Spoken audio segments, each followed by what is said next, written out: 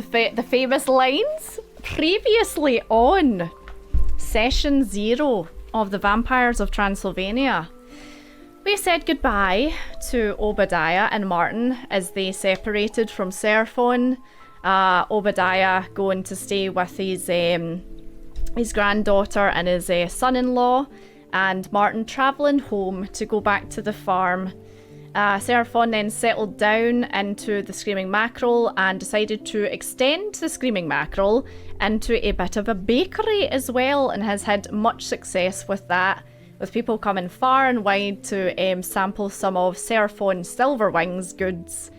The news of the 3 ingredients having thwarted the vampiress and the blood red ship have spread far and wide over countries and seas and land, all the way to the ears of these two, Balgrim and Soren. Balgrim himself coming from Transylvania, and Soren being a kind of wandering nomad, belongs to nowhere. They then bumped into each other on a ship, which Balgrim hated. Balgrim's not got sea legs. He is a land dwarf and will not be put back on a ship, although he might have to be put back on a ship whether he likes it or not, to go over to Transylvania. And Soren was trying to blend in with the crowd and disguise himself, although not too well. Balgrim spotted him struggling, trying to adjust the sails, and the two of them then soon realised that they were actually going to London for the same purpose. They were going to try and bump into the 3 ingredients and get their help with various reasons that I'm sure we'll discover later on. They then landed in London, and they met with Dockmaster Daneth, who told them just to follow their nose to find the last 3 ingredient, Mr. Seraphon himself. And they skipped the queue. They went up to the Screaming Mackerel, and there was a queue outside, people waiting to get into Seraphon's bakery, and they just barged right past and went straight in, not falling through the magical door. Unfortunately, the two of them did really well on their dex saving throws. They then met with Ambroth, who basically said to them, "Yep, Seraphon's about, and I'll go grab them for you." And the 3 of them conversed. Balgrim and Soren briefly explained to Seraphon why they were here and what they were wanting to accomplish, to which Seraphon replied, "You're the other 2 ingredients I was looking for." So our 3 then spent a couple of days together. They agreed to work for their keep, essentially, at the Screaming Mackerel, and then there was a dark, ominous cloud that covered the sky, and a warning bell rang out from the dock as our 3 ran down, along with pretty much the entirety of Old London and the people that work around the dock, to see a horrific sight. Another blood-red ship just on the very, very horizon coming towards the dock. To which everyone decided that not this time. They were not going to come. They were not going to destroy London again. They were going to stand and they were going to fight. So they all rallied themselves, organised themselves, got themselves ready for an ambush, an attack, some kind of trap. Although the ship landed and nothing happened. There was no movement. There was no attack. There was no ambush. There was nothing coming from this ship. So Seraphon, with his newfound flying abilities, flew up on top of the ship, and he thought that he spotted hundreds and hundreds of men on the deck getting ready to attack, and shouted out a warning. However, on closer inspection, found out that there was actually no one alive on the deck or on the ship itself. Everyone had been impaled, and that there was some kind of warning that had been scribbled onto one of the briefly survivors' chests, as he grabbed a hold of Seraphon's robes and spluttered out the name Vlad Dracula Tepesh, as he died in Seraphon's arms. We now fast forward to a couple of days down the line. The ship has been, at this point, thoroughly searched. There's nothing on board. There's no goods. There's no kind of like, traps or anything like that. It's literally just massive red empty ship. The bodies have been taken off it. They have been thoroughly inspected. They've been cleaned and buried. And yeah, would you like to do? Question, DM. I guess as we're counting out the bodies, Soren is curious how many, like what's the estimate of like how many corpses were on the ship when it came in? Hundreds, plural.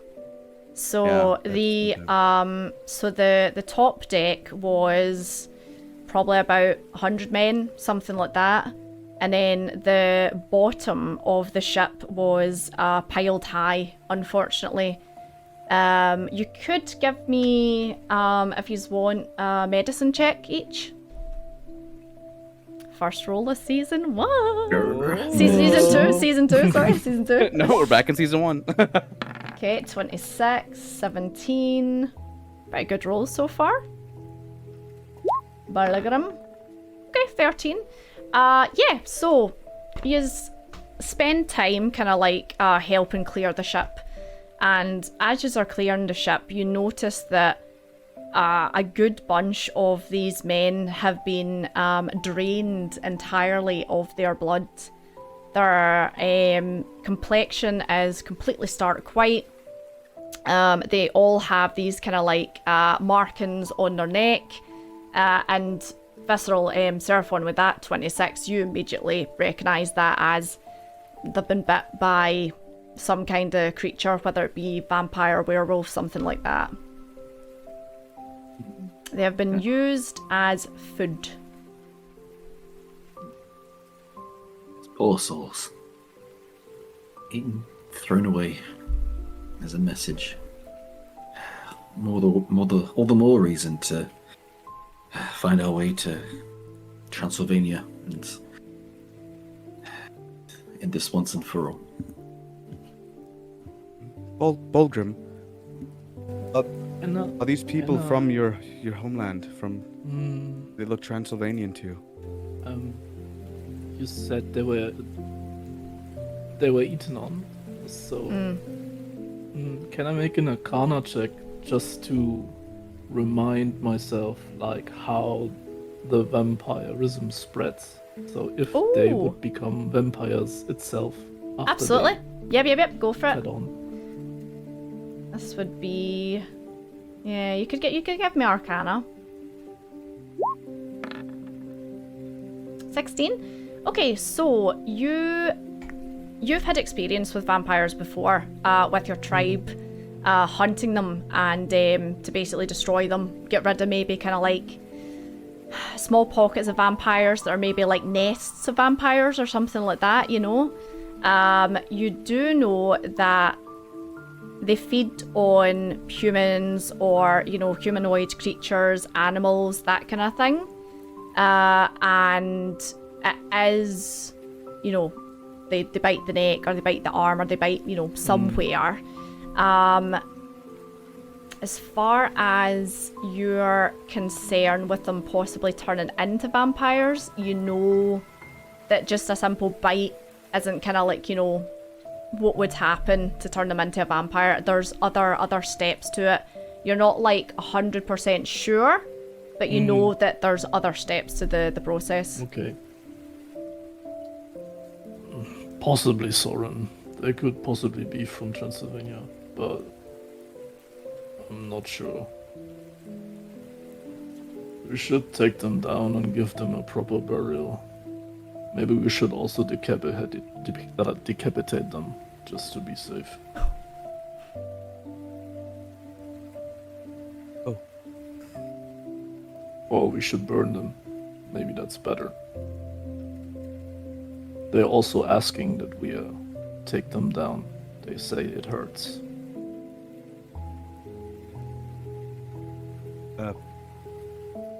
Bodies said that?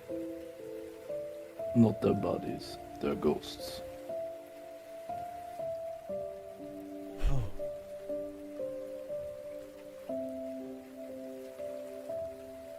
I'm gonna look to the bodies. Do I see any ghosts? Give me a perception. See if you can see what Bulgrim's talking about. Yeah. You have no idea what Bulgrim's talking about. You're like, I haven't seen any ghosts anywhere. Okay. Out of a sudden, Bulgrim is shouting, Scotty, leave them alone. Stop playing with the stick.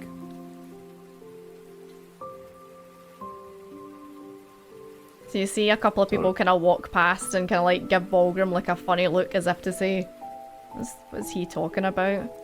But as yous are having this conversation, Dockmaster Daneth comes over. This is a good couple of days afterwards, and the ship has now been kind of thoroughly cleared. There's only kind of bits and bobs that are left. And Dockmaster Daneth's like, alright lads, I just wanted to come over and say thanks a lot for your help. That was, well, it was a bit of a night, wasn't it?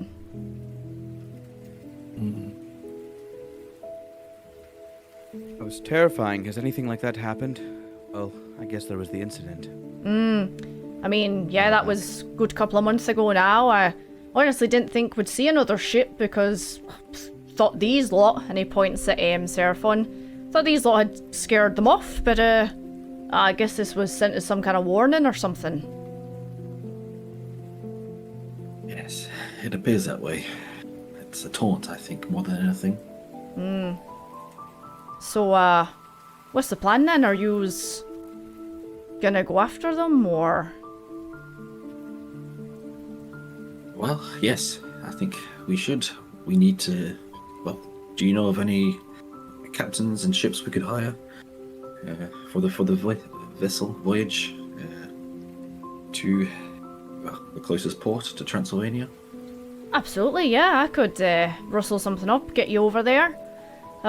Just give me a couple of days. I'll see what I can find. I'll come up to the mackerel and get yous. Very good. Oh, also, I'll need to know about any shipwrights or sailmakers. I'd like them to make something special. If they're taunting us, we will arrive taunting them.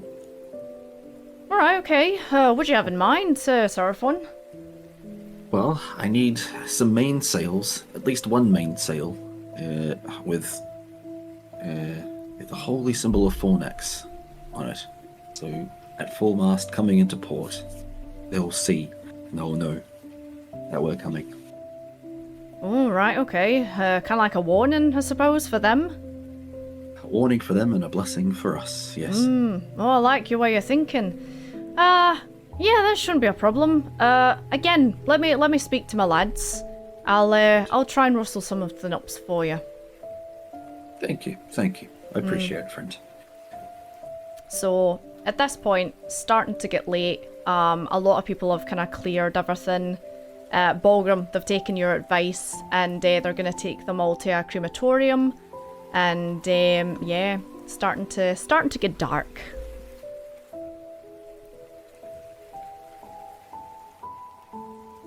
Should we head back? Yeah, we should. I haven't eaten yet today. Guess I'll do that. What we are going to do with this ship, anyway. Oh, they've started taking it down, like demolishing it. Okay, that's nice. Yeah, A lot of free wood. pretty much, yeah. As soon as they kind of like shifted everything off of it, they all kind of agreed that yeah, we should probably break this thing apart. Seraphon, you think it's smart to taunt them, and they seem very capable, and they killed hundreds of people, and we're just 3 heading into their home turf. I don't know, I'm a little terrified, to be honest. Look, young Soren, it's right to be afraid. We're heading into the unknown, facing a foe. It's very powerful. From my experiences, they have spies everywhere, and they'll know we're coming. The ship itself is a harbinger of good luck, and I wouldn't sail out under any other banner. If we're going, we're going under this banner as the 3 ingredients. And we are coming. They should be scared of us. Well spoken. So there's a lot to learn. It's on the ship we'll have time to talk and train and get things right, and you will feel right. And once you've had your first taste of fighting them, I'm sure you'll feel better, and we can equip you better before we go as well. Okay. I'm gonna give Soren a back slap. Which makes you jump out your skin, Soren. Yeah. Don't you worry, kiddo. I got your back. All right, I'll try and do my best to look out for both of yours as well, but I'll do my best.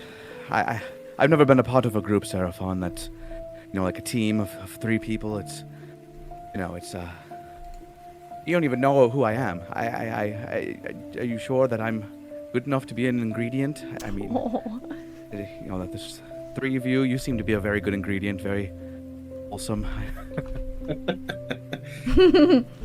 Look, we can't be together and succeed with that one piece missing.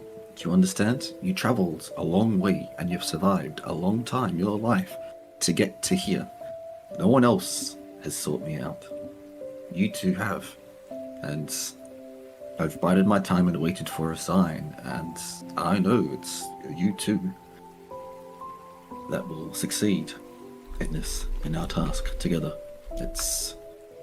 You've been put in my path, been put in each other's path for greater things.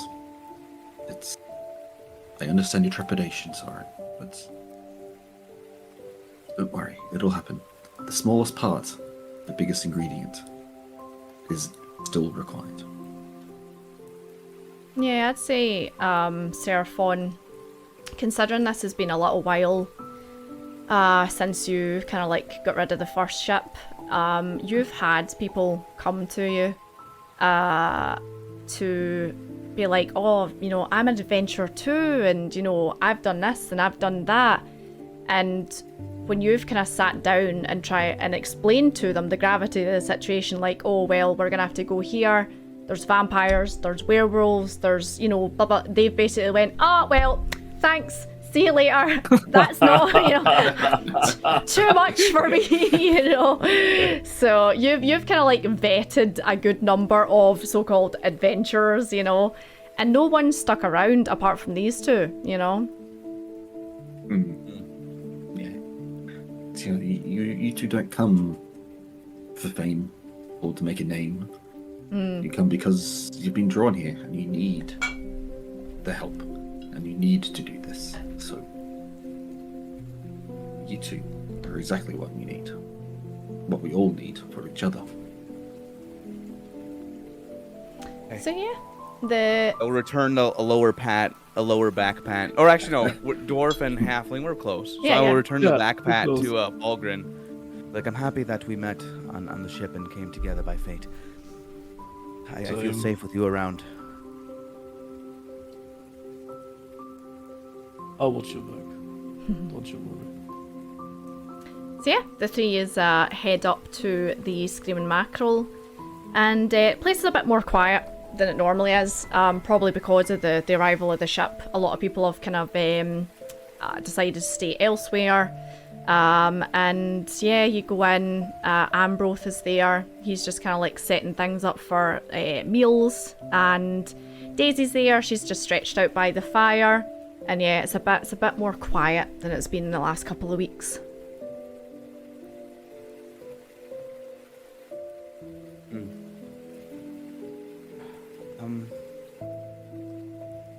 Since we're about to set out with the mast being built, do you think there's any other important people to see or things to do, Seraphon, before we leave on our journey? Well, I've got to visit our friend Hugh. You might remember him. He's a special consignment and something special I'm asking to make for me. We'll have to gather supplies. We'll have to get you two kitted out. So we'll have to visit the Saluna sisters. They're back on Visit honeymoon. Hugh. Are they? Yes. Oh, visit nice. Hugh. Visit Hugh. Maybe, some of the vendors in town. Like I said, we'll find some things for you. And yeah, so we've got a few days at least, a week or two between. So we'll have time. Where first, Seraphon? Well, let me see. First, let's just get you both some spending money here. Just give me a moment. I'll just Develop the wealth. yeah. So Nice. let me see. So I'll just head out to the bakery. I was like, let's see. Let's see. So I'll come back out and I'm just carrying like three. I was like, Soren. This is 300 gold pieces each in each bag. Yep. Wait, I cannot take this. That's too much. Well, look, you either spend it or you die. So, please. If you put it that way, okay. Yeah, because our boys found a fortune on the other ship. The Vampress had came over with quite a bit of cash. Right, Thank so you. this should do us for the day, I hope. Any armor, items, weapons, potions you may need, or any, anything else, any other dalliances, we'll see. So, right, first of all, I need to visit Hugh. You might remember him, the blacksmith. He's been working on something for me, so hopefully it's ready. Lead the I way. look to Balgrim. This is more than many people make in several years' worth of work, and he just handed it to us, a piece. He's a good lad. and it's funny, like my people say that dragons are greedy. So yeah, seems like it's just a saying. This dragon has all the wealth in the city, it seems like. And he's obsessed with business ventures, too. He's always talking about business. Business. Oh, you Business see, dragon. you mean that's also some greed? Okay, you got it right. No. Oh, This heard is. us. Well, I'm standing right here. Yes. Oh, sorry. We're not talking about you. We're talking about another dragonborn we met on the ship. So Yeah, don't you there's mind another us. white one I've heard about. All right, He both you puked a two, lot. both you two, roll deception for me. Lying at your teeth. So he- poorly. Oh, Soren. Soren, you start shaking like a leaf when you're telling a lie. Bulgrim, oh, you're not much better. You start to kind of like flush a little bit. Obviously, like. Yeah. Look, you seem to have cold feet. Now look. This wealth, as you call it, yes, it's a lot, but I'm not hoarding it. It's the commonwealth for the common people, for the common good. And this is the job we're doing, and it's what we have to do. So, well, yes, dragons, not dragonborn, although I can't speak for the others, traditionally do hoard, but not me, not us, not under Fornax's eye, the Twilight Clerics. Understand? Yes, sir. Yes, master. Companion. We share, okay? We share, we take care of each other and other people. Anyway, right, that's in order. So yeah, use get yourselves ready, head on out the door, and it is a really nice sunny day outside, which Seraphon, you're still gonna try to get yourself used to, even though it's been like a couple of weeks since the other ship's gone, but you're still like, yes, It's no longer dark permanently, you know. And travel through Old London, and this is kind of midday by this point, so by the time you get up to the night market, everyone is set up. So just, let's walk in the so let's walk in casually, walk in and just call out. So I was like, "Phew, good afternoon." Oh, bloody hell, if it's no Seraphon himself, how's it going, son? Good to see you. Aye, I'm you doing too, very you well. too. Very well. Look, I'm just checking in. I'm wondering if you might have any special items ready for me that I've commissioned. I do indeed, sir. Wait until you see this beauty. So he goes into the back, and previously you had asked him to make a new weapon for you. One that would be effective on fighting vampires and werewolves. So, he brings out what can only be described as a massive hammer with a long kind of, what do you call it? Grip handle, yeah, at the bottom of it. He's like, that's pretty weighty, this thing, but let me show you this wee trick that it's got here. So, he brings out this leather harness that he puts on, and he demonstrates how this weapon works. So, simple hammer, but then you can fling it over your back, twist the handle. The handle comes loose, the hammer stays attached to your back in the harness, and the handle inside is a large stake. And he's like, I think this would kill a vampire, what do you think? Oh, So, this is a +1 magical weapon, and it is called the Stake Hammer. It is a 2-part transforming weapon. If you are using, yeah, it's pretty much the Kirk hammer. If you are using the blunt end, it will be your strength modifier use, and it will do bludgeoning damage. If you are using the pointy end, it will be your dex modifier you will use, and it is piercing damage, and it is +1 magic, so you add +1 onto your roll and +1 onto your damage as well. Cool. Damage. Got it. And I just really like the description you gave me as well earlier. So, 2 spell slots? A spell from Fornax and a spell from Seluna? Yes. So do I need to pick those, or are they just the? No, I have picked them. I have picked them. So, looking at the face of the hammer, etched into it, Hugh basically tells you that he knows your affinity with these 2 gods is strong. So he has etched in a sun and a moon on the outside in a kind of like decorative pattern. He's like, I just thought that'd be, you know, a nice flourish for you. You know, since you're in with these gods and stuff like that.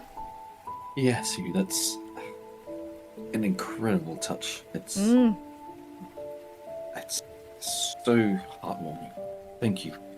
Oh, you're welcome. It was a pleasure making it. Like I say, I don't get to tinker very often in homebrew weapons like this, but this was good fun. I enjoyed it. Seraphon, who's the wee creepy fella at the door and the kind of grumpy one standing beside him? And I guess he's looking over at you. Sorry, yeah, Soren's just kind of staring at him.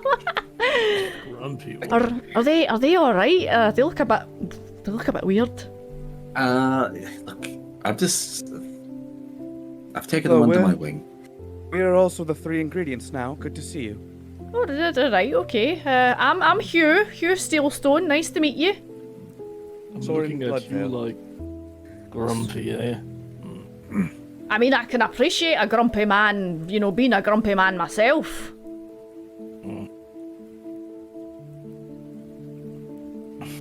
Yes, so Hugh, Soren, he's introduced himself, the small Erst person, and Volgrim, the Volgrim, aye.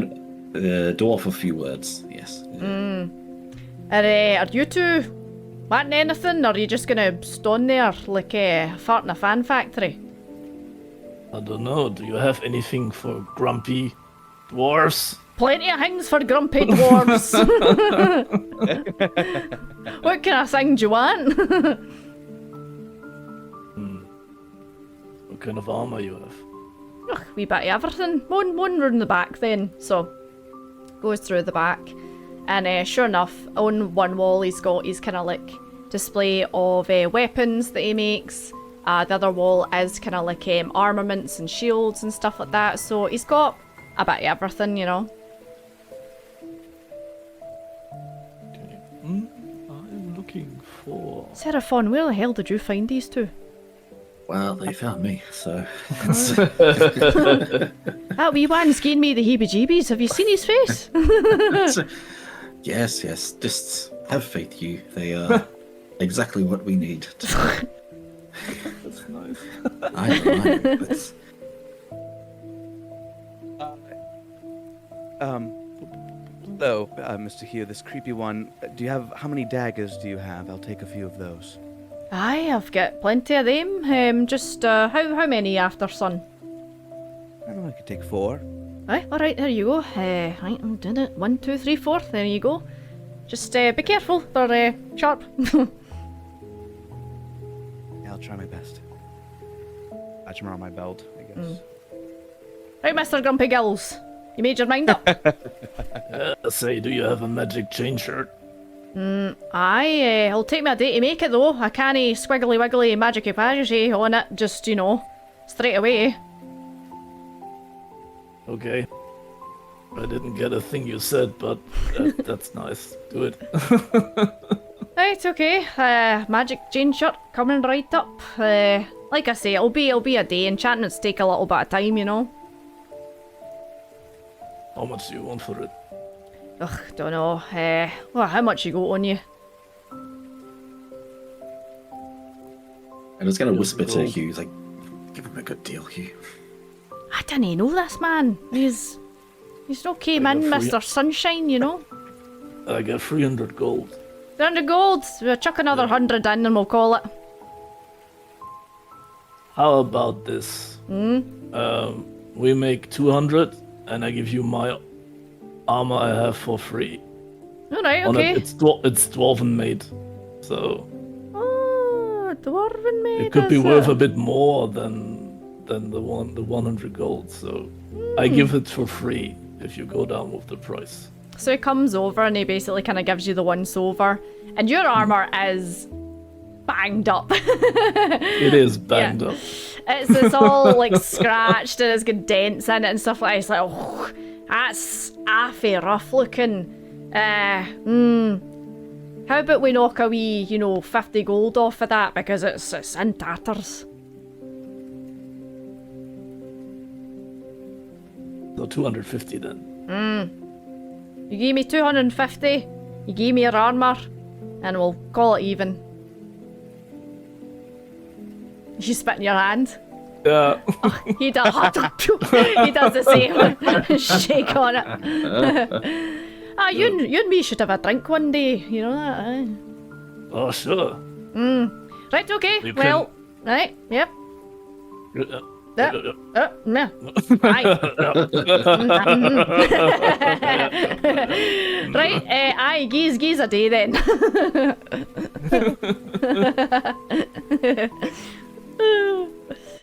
Seraphon, are most people in the city awkward, as Hugh is? That was just uncomfortable the whole time. Well, yes, but it's London. You'll get used to it. It's a melting pot of people and different places. So it's just how they are. Oh, man. Think he took a shine to you, Balgrim? He called me grumpy. This big, clumsy meddling. I see again, he's a Goliath. Yeah, he's a grey Goliath. Yeah. You come up to like his knees, Soren. So yeah, Seraphon, you now have a kind of leather harness, which has a kind of like slack bit at the back, that you can slot the actual hammerhead into it, and then pull the stake bit free, and that's how it works. Nice, very good.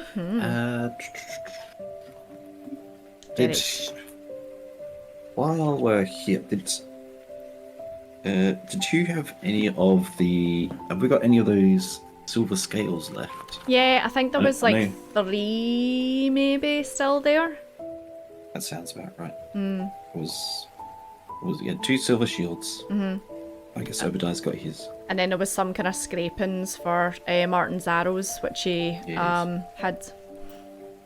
Hi, Tino.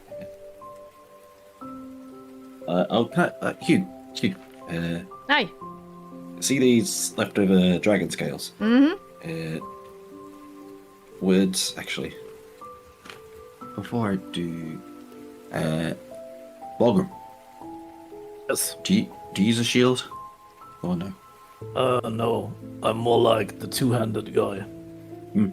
Okay. Okay. That's fine. Oh, we don't need any more shields. Shut up, Gurney. I don't need a shield. Who Who the hell's Gurney?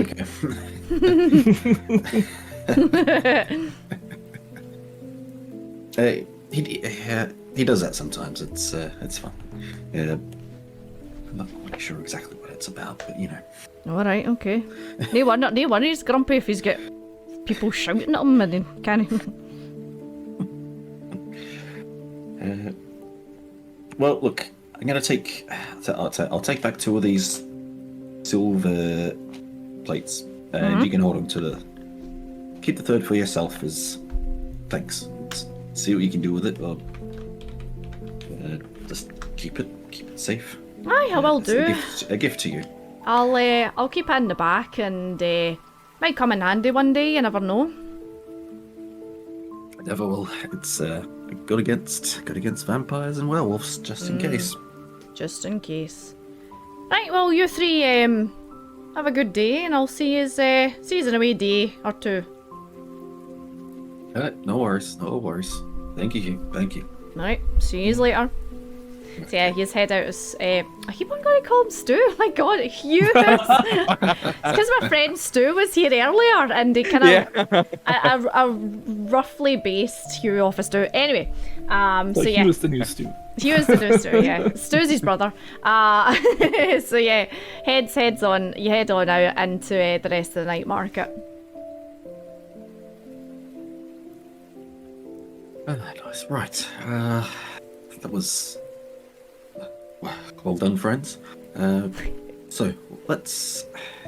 Yeah, we'll visit the Selena sisters. And yeah, the sisters are there. They're kind of pottering about. They're clinking about some potions and kind of moving things about. And they see you, Seraphon, and they're like, "Ah, Seraphon, good to see you. How's things?"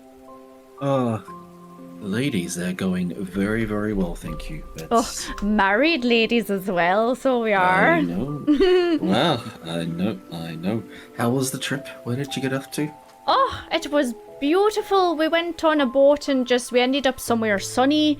Actually, Andrew did pretty well. He looks pretty good with a tan.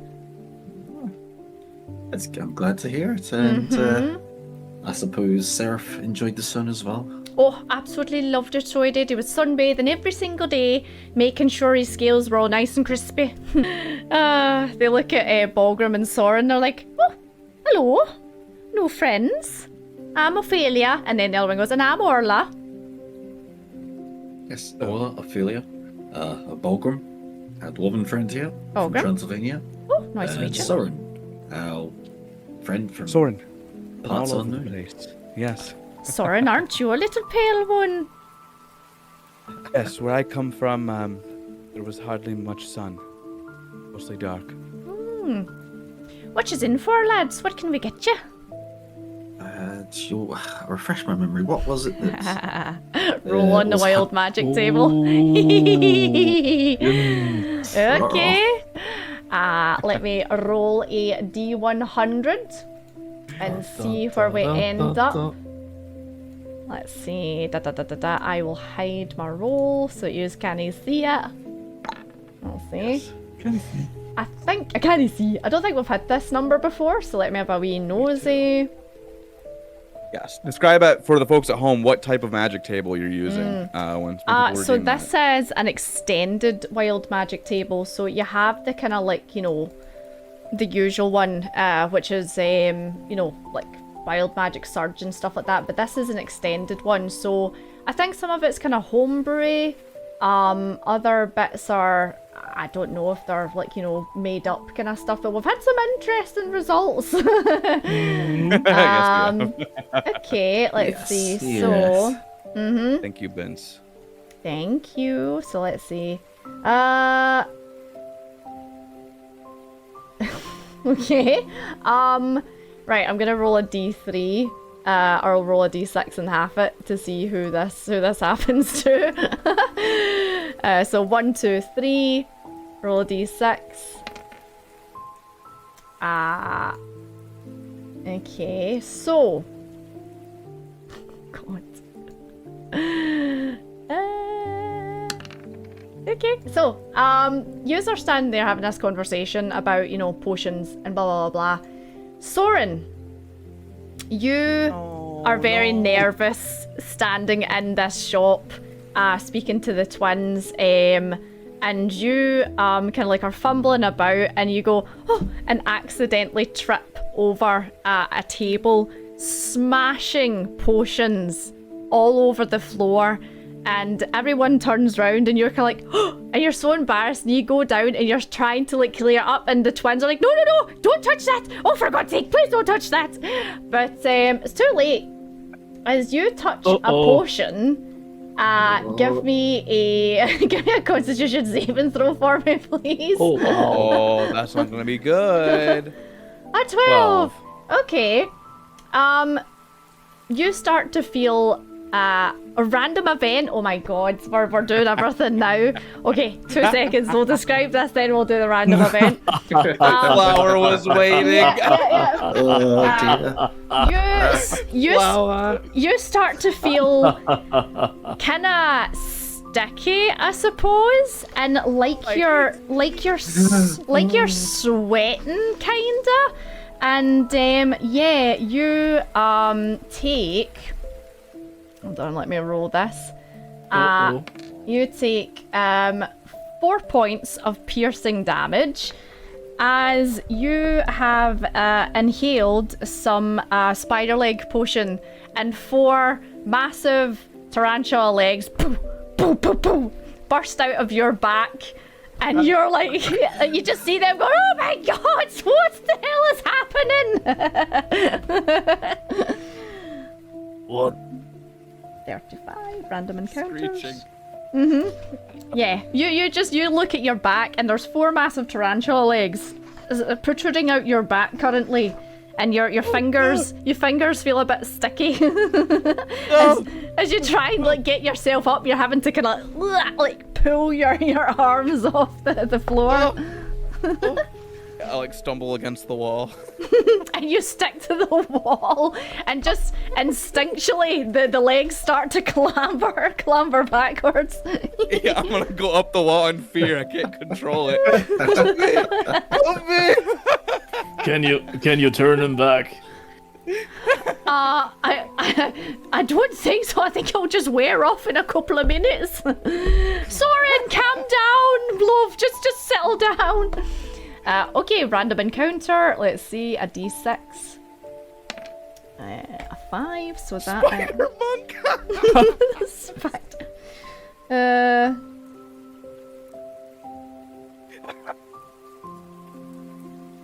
Oh, okay, that's cool. Well, that actually works quite nice. Okay, we'll wait until this is over, and then we'll do the random encounter. That works really nicely, actually. So yeah, Soren, you are currently on the roof, getting tangled up in all the kind of decorations up there. So like all the wee effigies are like getting wrapped around you, and like there's bits of just stuff hanging off you now, and the 2 Solida sisters are trying to like get you down. Okay. I'm gonna reach out like from the ceiling, like help me. Dangling Bulgrim, Serafon, are you doing anything to attempt to help him down? He's too far. He's too far up. I can't reach him. He's probably too far up for you. Seraphon, probably you'd be able to reach him. Alright, just stay there, Soren. I'll fly up and carry you down. Just Give me. Hold on, you're gonna have to try and pull him down. He's currently stuck to the roof. So give me a strength check. Give me athletics. Yeah, see if you can pull him down. athletics. Sister's like, oh, mind the tent, mind the top. 19. Yeah. So you basically like take your time to kind of like Velcro unstick Soren's limbs, and then he kind of like sticks to you. But as you're pulling him down, the limbs, the spider legs fall off and just start to like disintegrate on the floor. And the twins are like, oh my gods. Well, there goes a couple of the potions we could have sold you.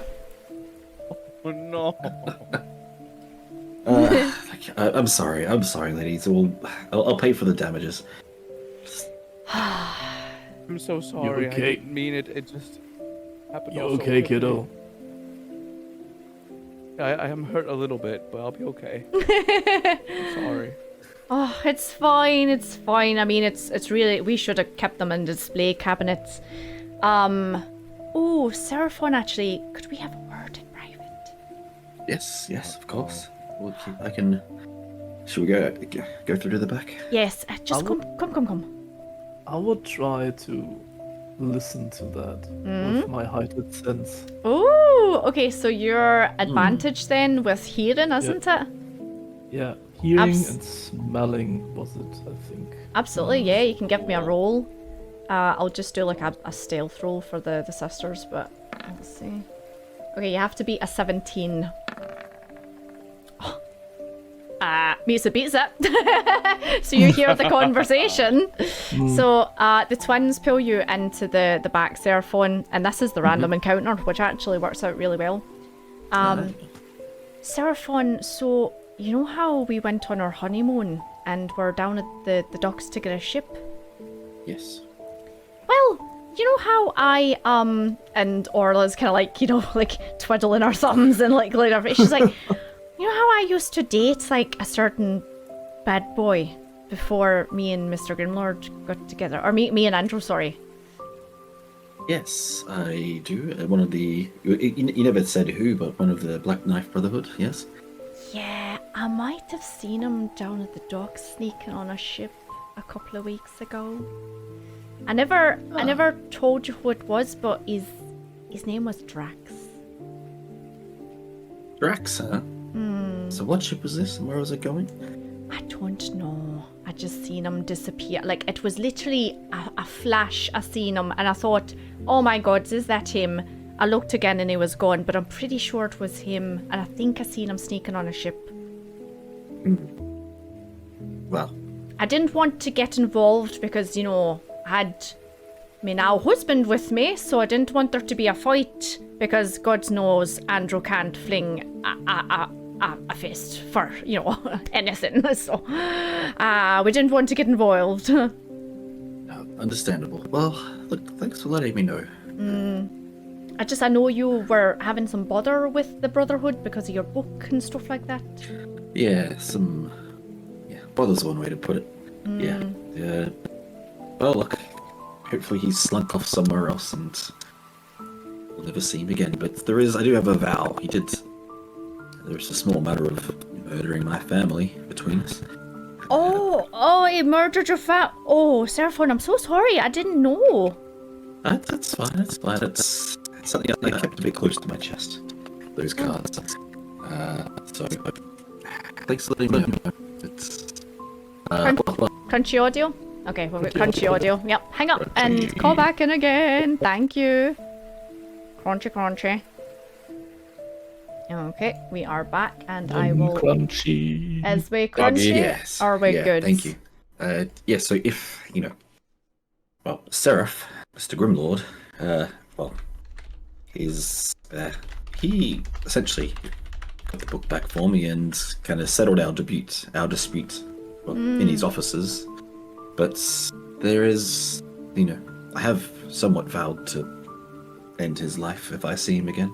So And I may never get that chance. I don't blame you, honestly. I mean, I know, like I said, I used to date him, but no feelings towards him now. So if that's what you have to do, I don't blame you, Seraphon. Thank you. Well, thanks for letting me know, but if he's on a ship, could have gone to parts unknown, but True. we've got a ship to catch and maybe we'll run into him. But Right. Let's get you sorted with some potions then. Yes, thank you. And I'll flick him like a couple of gold for the broken potions. Yeah, that's fine. So yeah, they come back out, and Balgrim, you kind of like, as if to say, I wasn't listening. And so, are you wanting anything specific, or do you want just one of everything then? I'll take 2 of everything. 2 of everything? Absolutely. Yep. Just mark that down for yourself. You need to remind me of my thought escapes me. What did we use to prevent the spread of the poor Obadiah? He got bitten so many times by werewolves. What did we use to Nightshade. Nightshade. So looking for a supply of nightshade just in case. Yeah, so they have like a jar of like dried nightshade. And if you remember right, the way that they applied it to the wound was they crushed up in a pestle and mortar, added some kind of like an emollient to it, so like an oil or something, and then pressed it directly into the wound. So you'd have to buy some of the dried nightshade and then like a plain oil, like an almond oil or something like that to go with it. Yeah, I'll buy. Well, if they have almond oil, I'll buy others. I'm sure someone in the marketplace has some. Yeah, no, they would have all of that to kind of make up like oils and potions and stuff like that. Right. So again, it's just another couple of gold for that. Right. Nightshade. Yeah, nightshade. Dried nightshade. Yeah. Which they warn you in high doses is addictive and poisonous. Look at that. Yes. Let's get bitten. Do you have some more nightshade?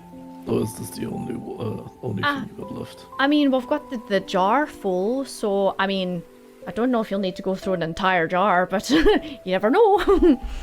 Let's call it like I don't know, chestnut oil. That's a fairly common. Maybe I can brew some spirit with it.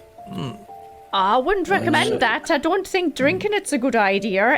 It's kind of like it eats away. It's kind of like particles that are for infections and stuff. I don't know if I drink it, to be honest. Worth a try. Oh, all right, okay, worth a try. Well, I'll let you just drink that, Mulgrim. All right, I think that's it. Yeah. I'm sorry, ladies, but do you think Seraph would have any international criminal network contacts in any ports that we might be heading to? I don't know what you're talking about, Seraphon. He's an upstanding citizen. Yes, just like us all. We're all upstanding, but he's even more upstanding than the rest of us. She kind of gives you a wink. It's just like, I don't know. I don't take much to do with my husband's business. Okay, well, if you could ask him tonight, if he could send us a letter, I'd be happy. You know criminals, Seraphon?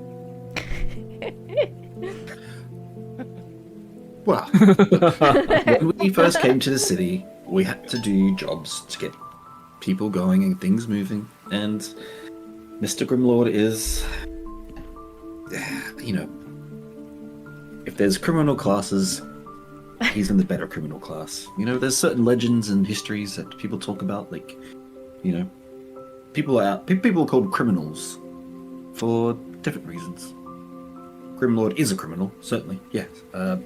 But he's helpful, and he's helped us, and he's helped our journey. And ultimately, we couldn't have done much without his help. Obadiah and Martin. But yes, we step into the shadows where it suits. It's dirty work sometimes, so. Well, I wasn't judging you, Seraphon. You sounded really defensive and went off on a long explanation. It's fine. I'm neutral on this issue. Okay. Okay. But it sounds like subconsciously you might have an issue, since you were so defensive there. I'm defensive of my friends. Okay. We could meet him. Yep, certainly. Would you like to meet him? No, but if you needed to. A criminal.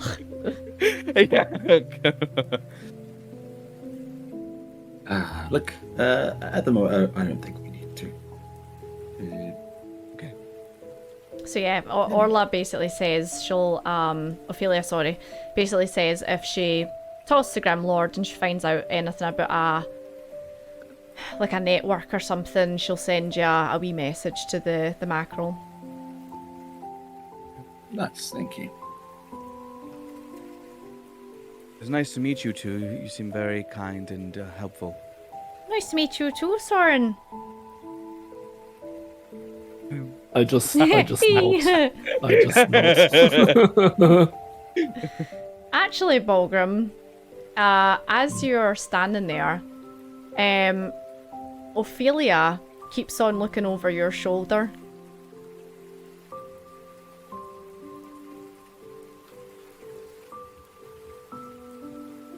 Is something wrong? I just thought it's strange that you didn't introduce him. Oh, yeah, he can introduce himself. Like, he's talking the whole day. It's a bit chatter. This is Gurney. This is Scotty. And this is Oct. Nice to meet yous. So you see Ophelia just talk to nothing behind Bulgrim. Be nice to the lady, guys. Oh no, they're nice. They're awfully nice. Are they going with you? Do they need anything?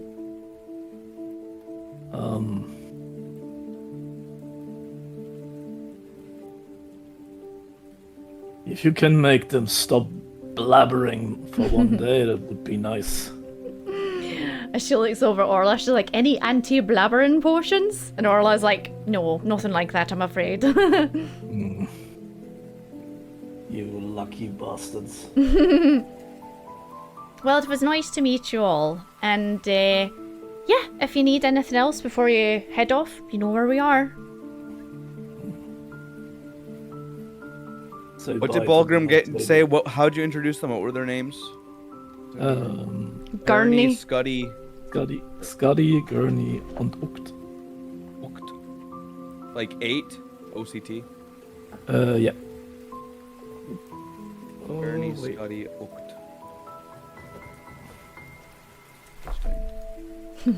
Interesting. Yeah, I didn't know there was 3. More and more as the days go on. Oh, man.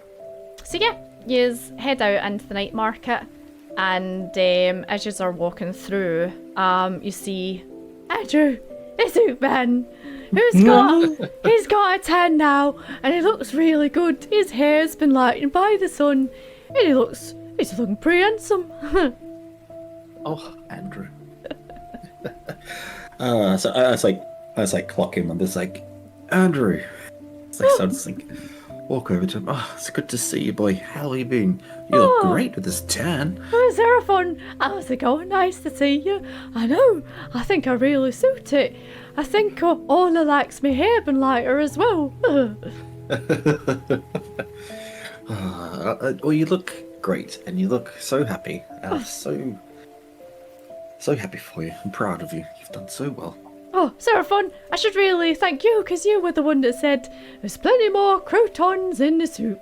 And I've never forgot it. You were so right. Thank you. You're welcome. You said what? Croutons in the soup. Okay. Oh, we just met your wife, I believe. Oh, Hi, I'm Soren. oh, what a woman she is. Hello, Soren. Nice to meet you. Yeah, so is that your main crouton now? Oh, she's my only crouton. The one that rose to the top. All the other ones sunk. You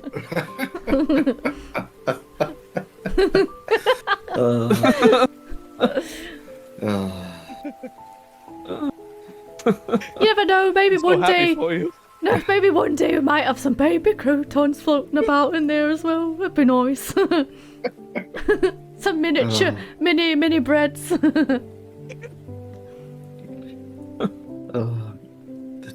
Well, I hope so, Andrew. you two certainly deserve it. I understand it's been a rough time for you, but yeah. I'd lost my passion for my soup and everything, but now it's back. I just want to head back to the mackerel then, yeah? You just want to head back to the mackerel? Well, yeah, Soren, is there anything else you'd like to do? No, I'm by your side. Okay. Can we just take a stop at this market we passed by? Oh, I need some potatoes. You want some potatoes? Yes. Well, there's the the glowing cauldron. glowing pot. Yep. Glowing pot, yeah. I'm sure we can pop by there. We're welcome there, I'm sure. Right. So yeah, the glowing pot's not too far from Andrew's wee stall, because it's all kind of situated in the same bit of the night market. And this time, Margaret's there. She's kind of starting to kind of pack things up a little bit, but you managed to catch her. Good. Margaret. Oh, Seraphon! Oh, nice to see you. How's it going? Oh, very well, thank you. It's good to see you. Oh, I've got your standing order ready. Your flour, your salt, everything. Oh, thank you. Look, I may as well take it now. These two can help me carry it all. Absolutely. But my friend here is here on business. If you might be able to help him. How can I help you? Welcome to the glowing pot. Hello. Need some potatoes, and if you also have some mold and hop, that would be nice. Oh, I think I should have that. Let me have a look for you, dear. So she goes in and comes out with a sack, and she pops it down in front of you, and she's like, Seraphon, do you recognise the writing on the sack? Let me take a closer look at that. Senor, what was Martin's surname again? Was it Bumfeather? Yeah, Bumfeather. It says Bumfeather Farms. This Martin's farm. Yep. I can't believe it. Oh, the produce is out of this world, let me tell you, especially their honey. We sell out of that every day almost. Well, I'm glad he's doing well, and these farms seems to be thriving. That's just fantastic. Well, I'm so glad to hear it, and I'm sure this grain and honey that he's producing will be the highest quality for the highest bread. How much do you want for the honey? Oh, are you wanting a jar? It's just 2 silver. Then I'll take a jar of honey too, please. And when you pick it up, it's this lovely, golden, sticky, runny consistency. It looks real good. It's got the wee kind of like insignia on it. It's Bumfeather Farms. But yeah, for the honey, the potatoes, the hops, it's probably about like 12 silver or something. It's no dear. I would give her 1 gold. Aw, yeah, she appreciates that. Thank you for everything. Oh, you're welcome. And it's nice to see some new faces round London again. We're not staying for long, but we have a interesting city here. Full of interesting people. Interesting conversation with you earlier. Very.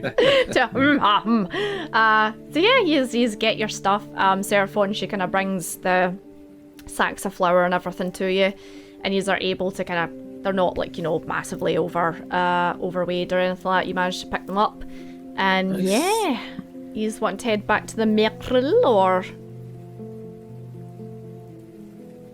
Yeah, I'm happy to hear Yeah, that. it's fine. With the honey, I'm going to make a nice meat. And with the potatoes and all the stuff, that's going to be a great spirit. Nice. When we have a longer journey, we also need something to drink.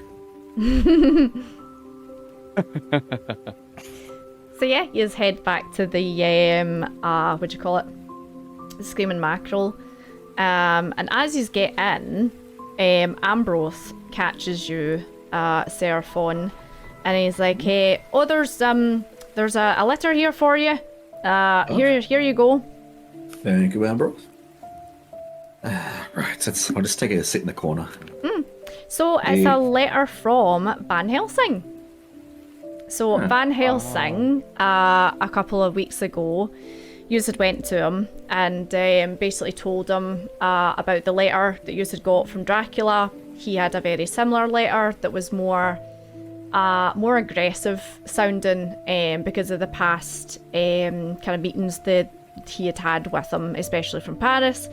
Yous had asked him if he would go across to Paris and take the kids from the ship with him. And it's basically just a letter to say, that's us, arrived in Paris, we're now working to find where the kids came from, and we're going to get them back to their families. So it's just like an update on what's happening. He's also saying that they are currently trying to rifle through their volumes, I suppose, that they have to see if there's anything they can dig up on Dracula about, you know, history of him, weaknesses, you know, his origin, just anything they can dig up, basically. But he says it will take a while because of how much stuff they have and how much stuff they've accumulated, but also translation might be an issue as well. Okay. So I'll read the letter. So I've read that letter aloud to Fulgrim and Soren, so they can hear. Well, that's something. At least those children are finding their homes again back in Paris and wherever else they're from. It looks like, obviously understandable, this Dracula is a harder item to nail down for him. Have faith. It's very kind-hearted of you to take care of the children and give them a home. Well, just doing the right thing. We're returning them to their homes and their families. I'm sure they've missed them. It's one thing to be abducted, taken to another country, turned into a werewolf, then wake up on a ship in London. So They turned the kids into werewolves. yes, they did. What monsters. Indeed. This is the first time you're kind of hearing of this, Fulgrim. Soren, you've never heard of anything like this before in your travels. This is new and very disturbing information. So you see, and I hope you understand the gravitas of why we are doing this. It's this is just one place in London where it's happened. I'm sure it's happened elsewhere. And this is why we're doing this. I haven't heard of vampires, intentionally cursing others, and especially children. That's horrifying. It is, yes. Horrific, really. And besides the things that they can do, it seems some kind of plan for something taking over the lands. Don't know why, or even why now, but yes. This is the path through.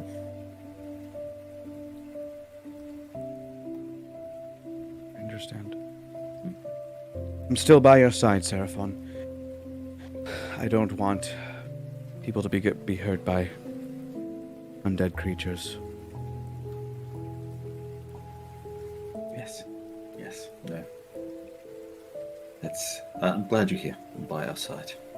It's be a long, perilous road, but I'm sure we'll prevail. Yeah, you've already.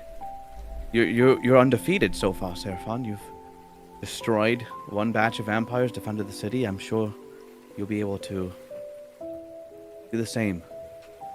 I can only hope so. It was hard enough. I nearly died a few times. That's and that last time, well, the only reason I lived was from some kind of divine intervention from Seluna, a god, essentially. So I don't expect that to happen twice. Just luck and good friends, and the right ingredients. Yes. 3 of them. Yes, that's right. That's all we need. Speaking of ingredients, I better check the kitchen, check the dough. Okay, so that's us at the 2-hour mark. So I think we'll take like a wee 15-minute breather there. Cool. So, user back in mackerel, Balgrim, you've disappeared into the kitchen to make your spirits and your mead and everything. Just give me a performance, and we'll see how. This will be more to kind of like see how you get on with the kitchen appliances, I suppose. Performance, or should I roll brewer supplies? Ooh, if you have that, absolutely go for that. I suppose you'll have your own stuff, won't you, with you? Yeah. Mm. So I would do Brewer supplies. Hi lads, Oh, welcome in. Jesus. 11. Okay, so it's not your best batch, but it's not, undrinkable. Would you like to attempt to make something with the nightshade?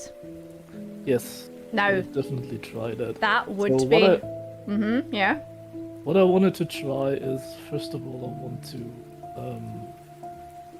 try to find a way to rid the herb most of its poison. That So would that- be medicine or nature. So that at least a bit of the poison remains to tingle your tongue. Ah, okay. And, to make you a bit groggy. But yeah, so you have to be cautious when you drink it. Too much is not good for your health. Even if same with alcohol. But yeah, I wouldn't want to create something that when you drink it, you die from it immediately. Yeah, I'd say depending on what you're wanting to like. If you're going from it from a kind of medical kind of like point of view, it'd be medicine. If you're going for it That more would be for a its great idea. yeah, more of its kind of natural properties, and it would be nature. So I'll let you decide what you want to nature or medicine. I would go with medicine if that's okay. Yeah, go for it. Go for it.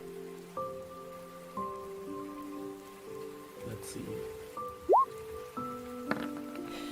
11. You think? I would use my point of inspiration Oh, okay, for go this. for it. Yeah, absolutely, go for it. Roll again. This is are we in the kitchen together, Bulgrim? Yeah. Oh, Up to yours. guidance? Guidance. we haven't used that yet. Give me a high five. It's been a minute. I cast guidance. Guidance. Wow. You get a guidance. You get a guidance. I say like Bulgrim is like frowning at like he's like I guess what's the word? He's like what are you Tinkering. making again? Are you making like a beer or like a spirit? I want to make a spirit out of the nightshade. Okay, yeah, so I see you like over your, I guess your still kind of equipment with your boys like, well, take a hand. You want it to be the best you can. And I'll just, Okay. Cast guidance. Give my guidance. Thank you. Add a d4. Check a d4 on that, my friend. So 12 plus. What? Okay. It's 30. So you mix it up, and you think you have done what you're setting out to do. Do you have a small cup here? I'm sure I've got something in the kitchen here. Yes, yep, here we go. Yes. I fill up a bit, like give it a good shake, and then I drink it. And that's how Balgrim dies, everybody. Senor, make a new character. Get none. Spare the dead. Spare the dead. Straight die. Nah, it's fine. You've had experience. Yeah, no. You've had experience making up beers, spirits, and whatever with kind of all sorts of different plants and kind of ingredients that you can find throughout your life. So you're a bit kind of iffy about it, but you take a drink and you think, yeah, I've got it there to where it's not great, but it's palatable, you know. Not my best, but it's okay. Well, give me a shot of that then. Oh, for God. Okay. Sure. Yeah, of course. Okay. You I have to mention that as a dwarf, I have a resistance to poison, so I'm not really concerned about the poison in this drink. But I was here you about go, to lad. say, Soren is a stout halfling, so I also have poison resistance Okay. Nice. and advantage against saving throws against poison. So I would feel confident in trying it as well. So Soren will also take a. Seraphon, do you have any resistances to poison? I don't think you do. No, but I could just probably heal myself. Okay. Yep. You give me a Constitution saving throw then. to the free ingredients. Yeah, so like we have like ramshackle like different like teacups and mugs and like Yeah. like clay fired cups and things like that. Absolutely. So mishmash. Was it Constitution? Saving. Constitution saving throw. Yeah, go for it. Yeah, it takes the wind out of you for a second. You're like, oh, but then it settles down. I was like, one's like, and there's like, and like breathe out. It's like an icy breath. It's like, Yeah. That packs a. I was like, that packs a punch. Yes. Soren, you quite like it. You're like, tingly. I definitely feel my mouth going numb. I think that you got your recipe right. One of my siblings, it's been a long time ago, brewed a spirit out of some really exotic stuff. Like, did you heard anything about keks? Keks are like insect creatures that are really big and monstrous. They are often found in deserts and like sandy. Monster. Wow. And this guy is pretty weird. He used the sap from the kek's anus to create a spirit that was really great. But you only could drink one or two, because when you get to the third, you drop dead and sleep a week almost. That was the thing, I tell you. That sounds incredibly powerful.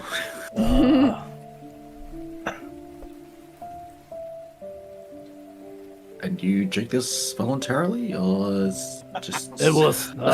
It's like it is a bit of a tradition when we see each other like that. He brings back some spirit from his travels. Well, it'd be interesting. It'd be good to hear some more stories about your brother one day. Maybe when we're sailing. Sure, I can tell you a lot of them. Speaking of sailing, I'll say you go and grab your stuff from the sisters. You go and grab your stuff from Hugh. Balgrim, you now have a +1 armor that you were after. Thank you. Anything else you were wanting to do? Oh, you got the embroidered sail. Yes. So they made one because of the time. They weren't able to make like every single sail have the Fornax symbol on it, but the one that's at the front, the kind of most prominent one, has Fornax's symbol embroidered onto it. And yeah, you hear word from Daneth that they have a ship ready for you, and it'll be sailing that night. It'll be setting off to sail that night. Everything's ready for you. It's time. Well, friends, it's time. Do you feel ready? No, I'll never feel ready, Seraphon, but we must just jump.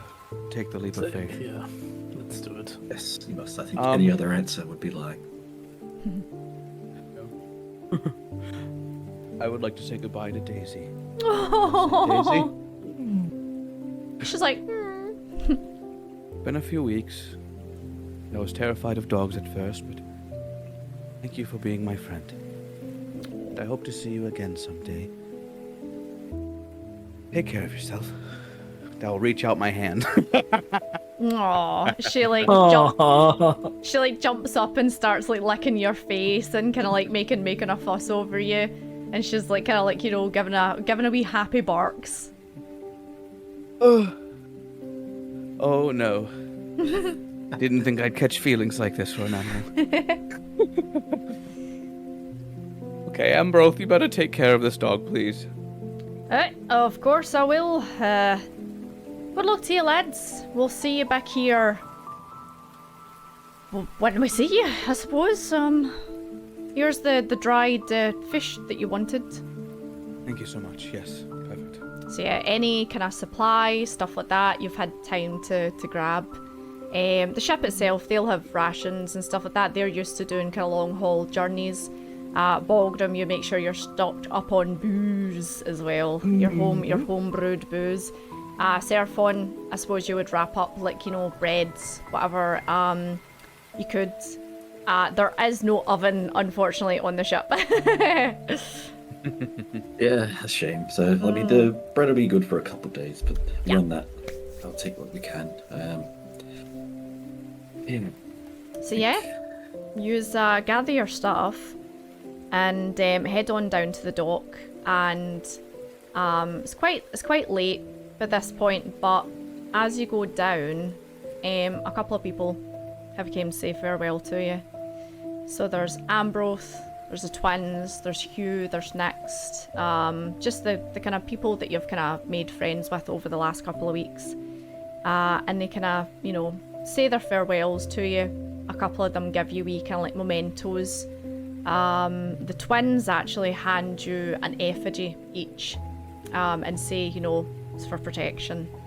And yeah, take one final look over London and all its kind of, you know, silent, peaceful stillness that it is now, and board the ship.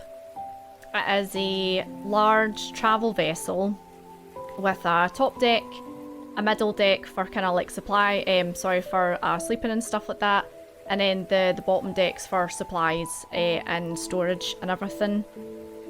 And yeah, you meet with the captain, who is a tieflin. Let's say it's a tieflin. I've actually not thought of the captain. Tieflin, male, older, kind of looking, grizzled looking, and he basically says, you know, it'll be about a week's journey from here to the shores, and they expect you to help on board, as well as kind of keep an eye at night, because there's sea monsters and, you know, stuff like that. So you'll be expected to earn your keep as well. They then take you down into the small kind of like crew's quarters, and there's not so much private rooms down here. It's very much just kind of like one large room with hammocks, and yous are just shown to a wee corner with a couple of hammocks, and they says, you know, you can set up base here. Well, thank you, Captain, and thank you for taking us on our passage and agreeing to, well, I hope. Wait, has the captain agreed to change the sail? Oh, it's changed already, yeah. Okay, cool. So as you pass under it, you see the different colour, because all the other sails are kind of like grey, dirty, you know, they were probably white at one point, but this one has a kind of like a kind of tan colour to it, and it's all folded up just now, but within the fold you can see there's an embroidery stitched into it. Yeah, and I think it's been something like, but the symbol of Fornax is essentially it's like a golden sheaf of like wheat that's like braided and encircling like a glowing like a hearth, like a like baking oven essentially. It's like a you know loaf of bread emerging from the oven, like, or sitting on the exit of the oven entry. You would have gave a description to Danith, and Danith would have like kind of gave it to the people that's embroidered it, and they've been like, you know, never had to embroider anything like this before, but we'll give it a go, you know. But it's turned out pretty good. Yeah, it's mighty work. So yeah, dump your stuff, and as yous are getting settled, you feel the ship start to move. Balgrim, you're like that. Oh, here we go. Not again. You like kind of mentally prepare yourself for the journey back again. drink yourself to mental stability. And yeah, you set off on your journey. So first night, yous are very much just kind of like shown round the ship. You know, living quarters, cooking quarters. This is the, you know, this bit, and yous are shown how the deck works. Soren, you've had a bit of experience having been on the ship previously and being a deckhand. Balgrim, Seraphon, yous are kind of like trying to pick stuff up as you go along. And yeah, you're basically asked to help during the day with a couple of things, and then you'll have like, you know, time to yourself for a little bit. And then at night, they have asked if you help with night shift as well. That sounds fair. Could I just, obviously, just to retcon a bit, because say a prayer for our journey. Absolutely. While it embarks. Sorry. Right, guys, you know what to do in chat. Get your pray, your bread, pray. Yep, get them out, get them ready. Chat, bust them out. Get them out. Show us your loaves. Show us your loaves. Show us your bread. Okay, so oh, Fornax, keeper of the twilight, grant us strength as we sail into the darkness. The seas ahead are perilous, the foes vile, but in your twilight and warmth we shall prevail. With the fire at your hearth to guard us, let no shadow or curse of the undead take hold. Guide our ship through the storm and waves. Lend us courage when our hearts crave. For in your name we are brave and bold, as we hunt the creatures that flee the sun. With your blessing we sail forth unafraid to bring the world out of the darkest night. Praise Fornax. Praise Fornax. I'll just keep my eyes wide open the whole time, just like staring at Seraphon. Thank you. You're welcome. Good speech. Fornax and Seluna shall protect us. Okay, so is there anything you are wanting to do on your first night in particular?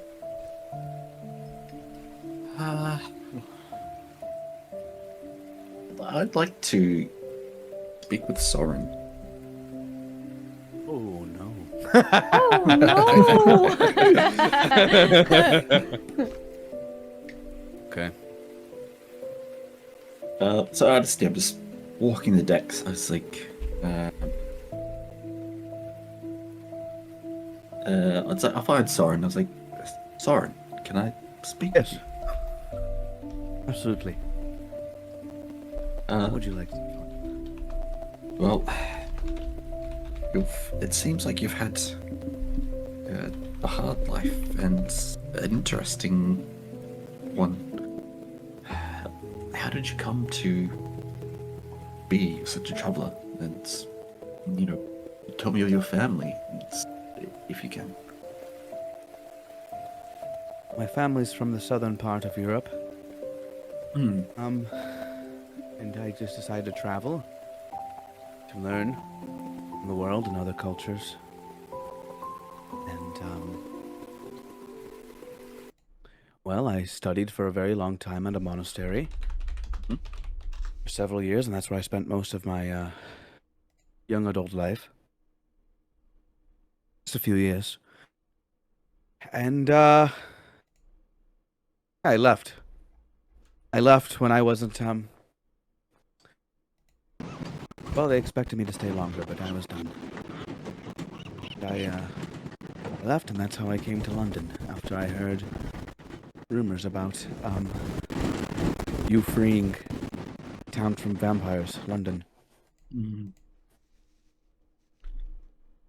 I understand. Well, I think your life has taken you on many journeys, it seems. And I think, Soren, you've ended up where you should. Tell me about... Is it a monastery? Oh, no, that wasn't right. Was it a monastery? Yeah, it was. So what... I think, yes. So, I mean, this village I left, I found a tall, dark monastery. I walked up to it, and there were people studying inside. They took me under their wing, saw that I was a pilgrim, trying to study. Unfortunately, they took a liking to me, and I was kept there against my will for quite some time. And I was abused. Sorry. I am deeply sorry to hear that, Soren. I'm glad you escaped that dark place. It makes sense that you traveled the roads and so as a bit of a vagabond. Yes, yeah. Oh, go on. How did you fend for yourself? Was it dangerous there? Did you have to fight off people on the road or in the monastery? Yeah, I fought to survive in the monastery, and they taught me, though, a lot about their culture and their history and their fighting style. So I did learn a lot from them, despite being captive. And they had me go out into the nearby villages and towns and do work for them. So I did. I do know how to fight. It's quite ruthless, though, and aggressive, and I don't like to tap into that. I don't know. They use a lot of darkness. And I'm afraid to tap into that, or... Yep. I don't really know who I am anymore, since I left my home. Well, I understand that, Soren, and I'm sorry that you're in the darkness. It's... from darkness, we can enter the twilight. So that's where I live, as a cleric, in that domain of Fornax. And I hope you can get there eventually, out of the darkness, into twilight and the light. That's why I came to you. This is why I came to you, Seraphon. I need help to fight the darkness. I fear that they'll come for me. I constantly live in fear every day and look over my shoulder. I don't know. I don't know if I've been driven to madness or if I've been cursed by them. Sometimes I see or hear things. I don't know if it's there or not. I'm just living in constant fear. And when I heard that you fought against that, that's why I needed you. I need to learn your ways. Well, yes. Thank you. Well, I'm sure if we spend more time together, we can talk things through. So we can hopefully move you along your path out of the darkness. If these people track you down or they find you, well, you're not alone anymore. You have friends. And we'll stand with you and protect you. Thank you. Yeah, Soren, as you're kind of opening up for the first time to someone else.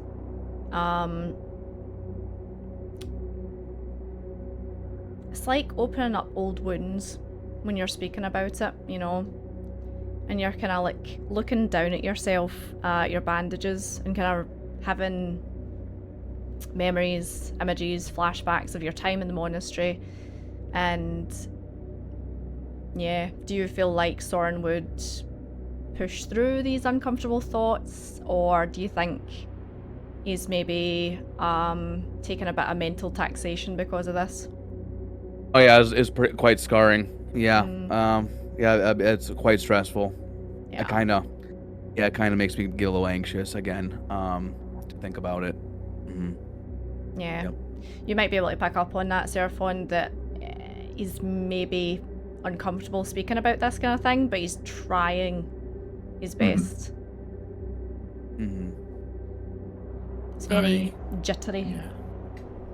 Thorin, I appreciate you talking to me about this. I won't dare or deign to, say, lay hands on you to try and heal anything. I see those bandages on your arms and your wrists. That's yours to take care of. But if you want healing, I'm here for you. Okay, thank you. If I think of something, I'll ask. Please do. I trust you. Okay. Well, there's more to see in the ship, so I'll keep looking around. So Balgrim, what are you up to while these two are having a heart-to-heart? I think Bulgrim's just sitting somewhere where he doesn't have to watch the sea. Yeah. Like, with his back at something that's solid and try to drink himself into a stupor. So, like, that he doesn't have to watch or hear the water and everything else, like, so. Yeah, I'd say you find a kind of wee spot on deck that's like, you know, the bits round the deck that you would, like, you know, lean on or tie the sails to are high enough that you can't see over. The only thing you can hear is kind of like, you know, the lapping of the water. And one of the kind of crew hands notices you kind of sitting there having a drink and comes over with a bottle of unlabeled whatever and goes like, "Have a drink of this. This will put hairs on your chest." How about a trade? I give you something of mine and you give me something of yours. Sounds good. What We do you make say? deal, yes. I give him a bit of the nightshade spirits. Oh my god, that's too NPC. Okay. Let's make out. Please don't die. Make a Please don't die. constitution saving throw for him. There's gonna be nobody left when we arrive. Okay, so he takes and this is a big like kind of like orc. Takes a big swig of it, and he's like, kind of like, you know, stabilizes himself and squeezes his eyes shut for a second. And is like, oh, this is a good stuff. Oh my. Oh my god. You see him kind of like sway for a second and then like catch himself. I'll take a swig of his unlabeled bottle. It's strong, but my god, it's nowhere as near as strong as yours. Nice. Nice. Could be mouthwater. He goes to like try and gargle your one, then goes, "Oh, no, actually, no." So he sits down beside you, and the two of you kind of like Take a sip. have a conversation about various drinks and booze and whatever. Raptor, thank you so much. Thank you for Thanks so the much, Raptor. 5-pack. And Twitch, Raptor. thank you for gifting a sub as well. Much appreciated. Oh, two. Sorry, I missed that. 2. Thank you very much, Raptor. Tips Fedora. So yeah, your first night goes quite pleasantly. You settle down, you kind of get given your duties for the next day, and then eventually you go and settle down and have a bit of a rest. Next morning comes, and Seraphon, have you ever been on a boat before? Nope. Okay. Yeah, why not? Give you a constitution saving throw. See if you're seasick. Oh,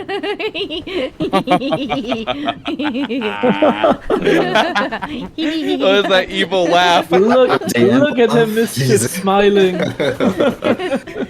Constitution, was it? Yes. I mean, they said he's never 16. been on a ship. Yeah, you're not too bad. You feel like a little bit queasy in the morning when you wake up, but it goes away pretty quickly. And yeah, you basically have been given duties. So you can either do kind of like helping with the sails, helping with maintaining the ship, as in repairs, cleaning, stuff like that, or you can help with kind of like menial tasks, like preparing food for the crew, stuff like that. So what are you fancying doing? You've got a wee selection of stuff you could do, or if you can think of anything that you think would be handy. Well, my Soren is very dexterous and fast. He is very weak, strength-wise. Okay. So, don't know if there's anything that involves tying knots, things that you need good hand movement or quickness for, or like maybe working ropes or knots. It's not too, doesn't require too much strength. Okay, cool. So you could do some kind of ropey stuff, yeah, to kind of help tie things down. Balgrim, what about yourself? I would mostly help with heavy labors, like pulling in the sails, or like transporting one thing from another, or like breaking barrels out and in and all this stuff. Absolutely. And Seraphon, what about yourself? I'll help down in the galley, in the kitchens to prepare any foods and that kind of stuff. Okay, so Soren, you can either give me sleight or hand or acrobatics. It's up to you. Both decks stay. But yeah, Okay, you I'll do can- acrobatics. I'm Acrobatics, proficient in that. Ooh, 13. 13. Thank God for that. Proficiency. Yeah. So you, oh my God, Mike, thank you. Thank you so much for all the gifted subs, guys. So you, you basically like take a couple of like bits and bobs of information from a couple of the deckhands about like certain ropes that need tied for certain things, and they show you how it's done, and you basically mimic that to the best of your ability. Come out not too bad. Let's see, Balgrim, you can give me athletics. It would be for yourself for helping move all the barrels and ropes and whatever else. Oh wow. Ooh. So seems like that the booze affected me. Too much sauce. I would say there's one barrel that just you're like, I can take two, put another one on top, you know. Yeah. And the guy's like, are you sure? And you're like, no, I can do it. And it puts on top, and you're still, like you say, a wee bit worse for wears, and it drops and smashes. So there's one crate of supplies that have been destroyed. Broken. Yep. Not devastating, but they kind of like, you know, give you a bit of a, you know, come on, man, you know. Seraphon, you're helping with kind of like more kind of downstairs, kind of behind the scenes for the stuff, yeah? Yes, inspiring, hopefully. Ooh, okay. Inspiring. You can give me performance. I didn't say that. A speed! A speed! Okay, you can either do performance or religion. I'll let you do religion. Guidance. I guess guidance. Inspire the crew. That's Hello, what, loaves. I'm just like walking around all day. It's like talking sermons and like. Yeah. I'm just like on my soapbox. I'm just, Spreading like, the word of Fornax. I'm just in my element, inspiring the word of Fornax and Saluna. It's just like, so I will do religion. And of okay. course it's under guidance, so, if I need to. That's a Ooh. 23, so it's fine. Okay. I mean, the majority of the crew aren't really religious. However, they are superstitious. So a lot of them are very like, oh, gotta watch out for them sirens in the water. You better not listen to their song, they'll drown you, and you basically like comfort them with the stories of Fornax and how she'll protect them and stuff like that. So the crew feels a lot more at ease and they're not as kind of on edge, I suppose, is the best way to put it. That's interesting to know. I've never heard of a siren before. But, Right, thank you. one of them drowned me brother, so it did. Definitely Yes. wasn't a drink. Well, I should hope not. It's as you say, they sound deadly with their songs. So yeah, that's your first day. And then nighttime rolls round and you just have like a kind of like a meal, and it's very much kind of like dried, preserved goods. There is drink passed round, and there's a bit of merriment amongst the crew. Like they like a good song and a good dance. Some of them like have like wee flutes and wee fiddles and stuff like that. So that's mostly kind of the crew quarters, but first kind of day with them seems to go well. As far as night shift is concerned, how are you wanting to do that? Are you wanting to do a couple of hours each? Are you wanting to do it together? What are you thinking? Oh, also, before you answer that, what is everyone's passive perception, please? Ooh. I'll Wow, put it into 13. 20 as well. Passive Write it down. perception. So Seraphon, Soren, and Soren's Morgan. 12. So you're 12, yep. Seraphon, did you say you were 13? 13? Yep. And Balgrim, were you, sorry? 18. 18. Ooh, 18 okay. massive. Do you Holy get jeez. anything like for sight, or is it smell and sound mostly? It is, I can tell you that. Yes, please, yeah. Hearing and smell. Yeah, 18's massive. Okay, cool. Good to know. Thank you. Night shift, what you want to do? Well, I don't know. We could take it in shifts, I suppose, and is there like some kind of an alarm bell, something like that we could ring? Oh yeah, there's on the like decks a if there's ding, an ding, issue. ding, ding. Yeah, there's one of those big bells you can ring, like the one that was rang out at the dock the night that the ship arrived. Okay, cool. Well, do any of you two have any ideas if we should, I don't know, take it in individual shifts or just go through all together? What do you think? Well, Seraphon, what did you do back in the day when the 3 ingredients were at their peak? It seemed to work, and you're still alive. Well, we just took one watch each and through the night, which seemed to work. As long as you stay close. Then let us do this. Like, everyone take one watch. Perhaps if you could bring your sleeping items up onto the deck, just in case. I need to get you up quickly, rather than being down below. Okay. Oh. Well, okay. Why not?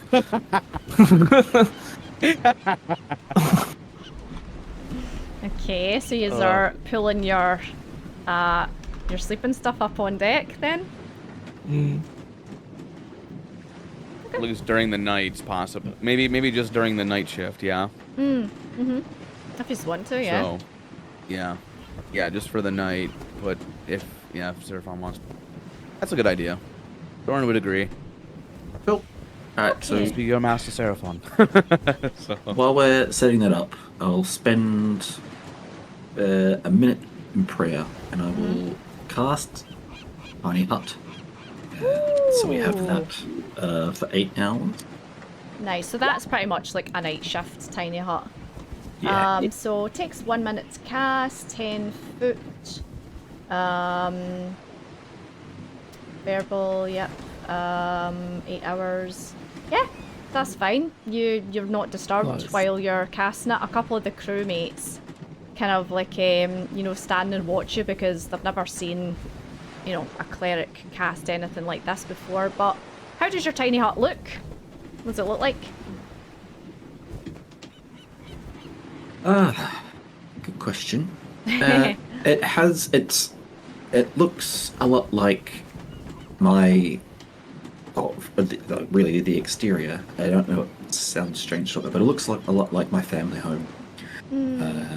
Back home. I like the bakery back home, so that's comforting memory for me. So like it vaguely looks like it's got a slate. Like a slate roof and a chimney, and it's got like a bulge on the back that might look like that's where the baking oven is, the wood-fired oven is. Yeah, so it just kind of looks a bit like that. Nice. Yeah, so it's kind of like a mini replica of the family home. Yeah, pretty much.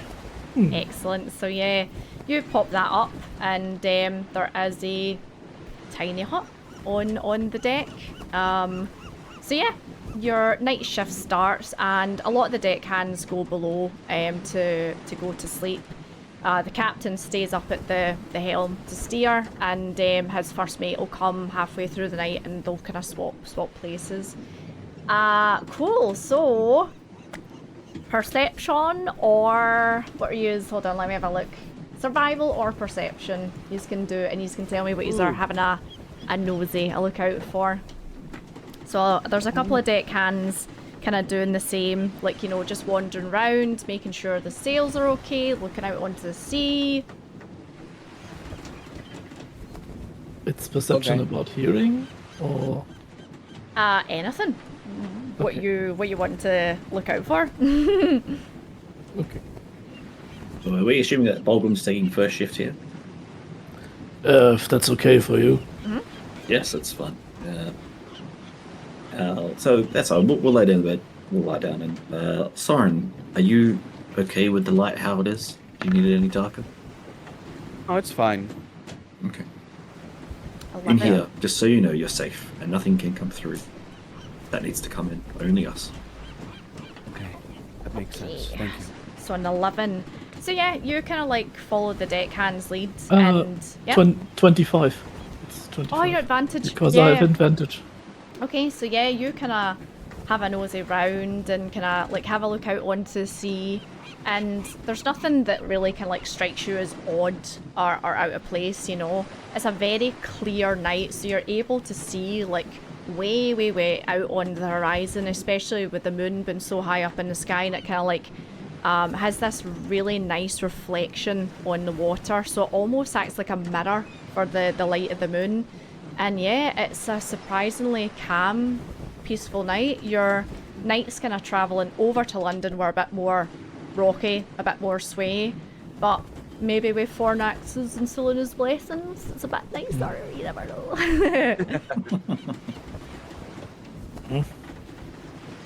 I also take a look. How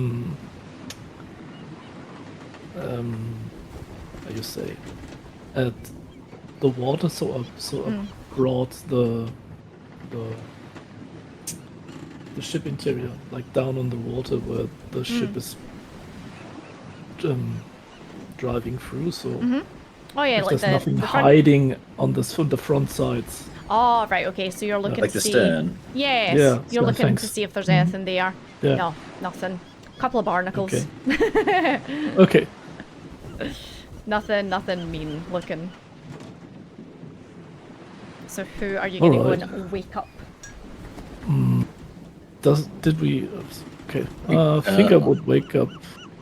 Yeah. Sorry. So I'll take the final shift if I can, the twilight. All right, okay. The twilight. Yeah. Yeah. So then I Soren, wake up. Soren, you're next. Yep. Wake up. So I wake him up. Kiddo, it's your time. Can you see in the dark? No. Yeah, I don't have any dark vision. I rummage through my stuff and I pull out a lantern. It seems really old, like it's in silver. It's have some ornations on it, and in the lantern burns a black candle with a green flame, and I give it to you, like so. Here, so then you can see in the dark. Okay, how do I turn it on? It stays on. Don't worry. Oh. Okay. Thank you. And I'll head out of the dome. And I lay Yeah. down to rest. So yeah, you step out, and as you're stepping out, you see the captain swap shifts with his first mate, and the captain just kind of gives you like a nod as he passes.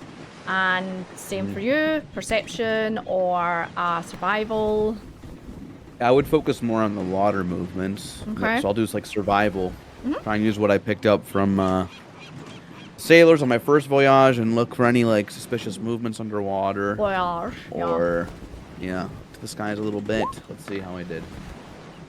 Ooh, Net 20! nice.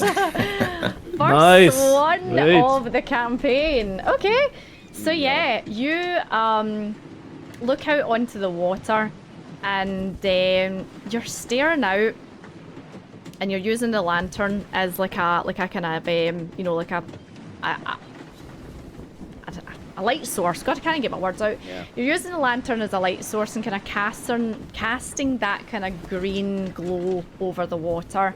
And when you're looking at the water, it's a very dark, you know, kind of almost black colour. It's hard to see anything, but just for a split second, you see like something green and sparkly like flash through the water, and then it disappears.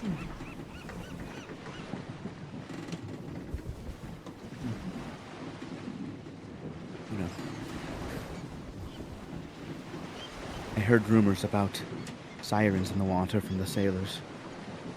Seraphon didn't believe it, but I do. I'll kind of like lean a little bit over the ship. Give me a dex saving lantern. throw. You're leaning over. Oh, Okay.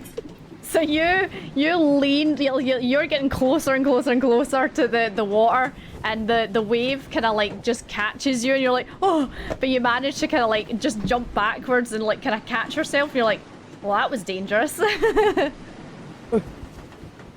Oh wow. This has felt like a really long watch. How much time has passed? An hour. Only an hour. Damn. Okay. Well, yeah, I'll stay back. Yeah. I'll look out for any other green sparkles in the water, though. Very yeah, suspicious, and you- that makes me scared. Yeah, so you basically spend the rest of your shift like doing a circle round, just kind of like constantly like looking to see if you see anything in the water, but nothing. You don't see anything else. Right. Okay, and then I'll gently waken up Seraphon. Seraphon, Lauren, your turn. There's something Thank you. green in the water. something green in the water. Green and sparkly, huh? Well, I think it's a siren, Seraphon. That's what the sailors were talking about. I think it's a siren. that's all right. Well, it's just a myth, boy. I'm sure it's not. Okay. Okay, well, good luck. Thank you, anyway. Keep your ears sharp, just in case.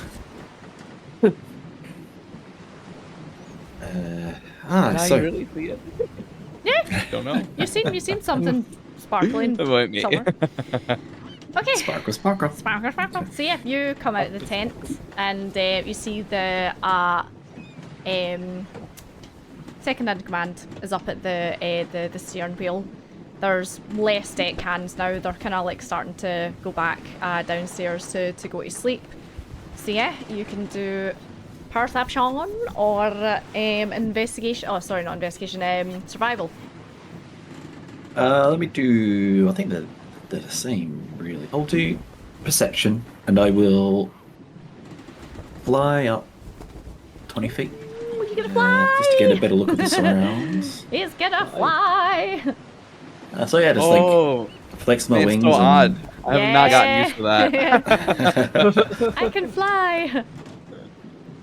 I believe. Yes, what was that? Perception. Perception and survival, yeah. 9 and 9, Ooh, wow. 9. So yeah, you fly up, and I suppose it's more kind of like the light of the moon reflecting off the water. It kind of makes things a bit hard to see. You're kind of keeping an eye out for anything on the horizon, anything that looks suspicious.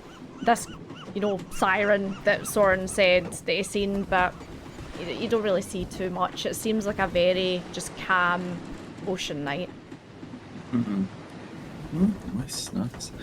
Yes, I'll keep flying and just kind of do because I'm not. I fly from mast to mast. Kind of holding on with one hand to steady myself, so I kind of don't lose. Well, not that the ship's moving particularly fast, I think. Yeah. But just so I don't lose my place on the ship. Yeah. So yeah, you keep watch, and then after a couple of hours, just off in the very, very horizon, you see the moon start to sink below the waterline. This is how we know the Earth is flat. And then I'm kidding on. And then we see, and then you see the sun start to rise up in the sky. How randomly she throw that out. Everyone in D&D was probably a flat earther. It says all on the map. Wow, yeah, it's all thinking to myself as well. It seems like Fornex has blessed us with a quiet night. Now with the movement from the evening and twilight into the light. So yeah, the night passes without incident. The tiny hut slowly kind of disintegrates and disappears. Soren and Balgrim, you two wake up. And yeah, seems like another day. The days kind of start to all kind of blend into one. The captain has told you it's about a week before you just kind of get there. So rather than do every individual day, we'll do just kind of one final one. So all of yous, either survival or perception. Actually, Balgrim, you can roll, but I will give you some information because your passive is so high. Wow, that's so cool. Yeah, it's super high. Okay. 16 survival. 22 perception. 21. Okay, so on the 5th day, Balgrim, you see in the horizon a flock of birds. And then by the 6th day, the flock of birds have got closer. And with that 21, you're looking at them and you're like, something's not right about that flock of birds.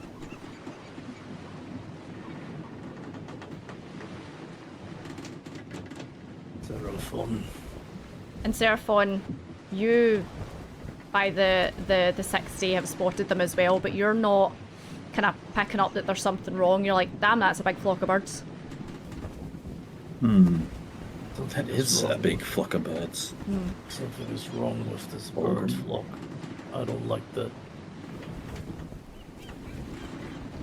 What's your dwarven eyes see? More like what I smell and hear. I don't like this. Oh, we should be prepared for everything. Okay. Prepare yourselves. Do you think we should warn the captain? Would be better. Actually, we'll go to the captain and ask, what does he... Captain, what do you make of the birds there?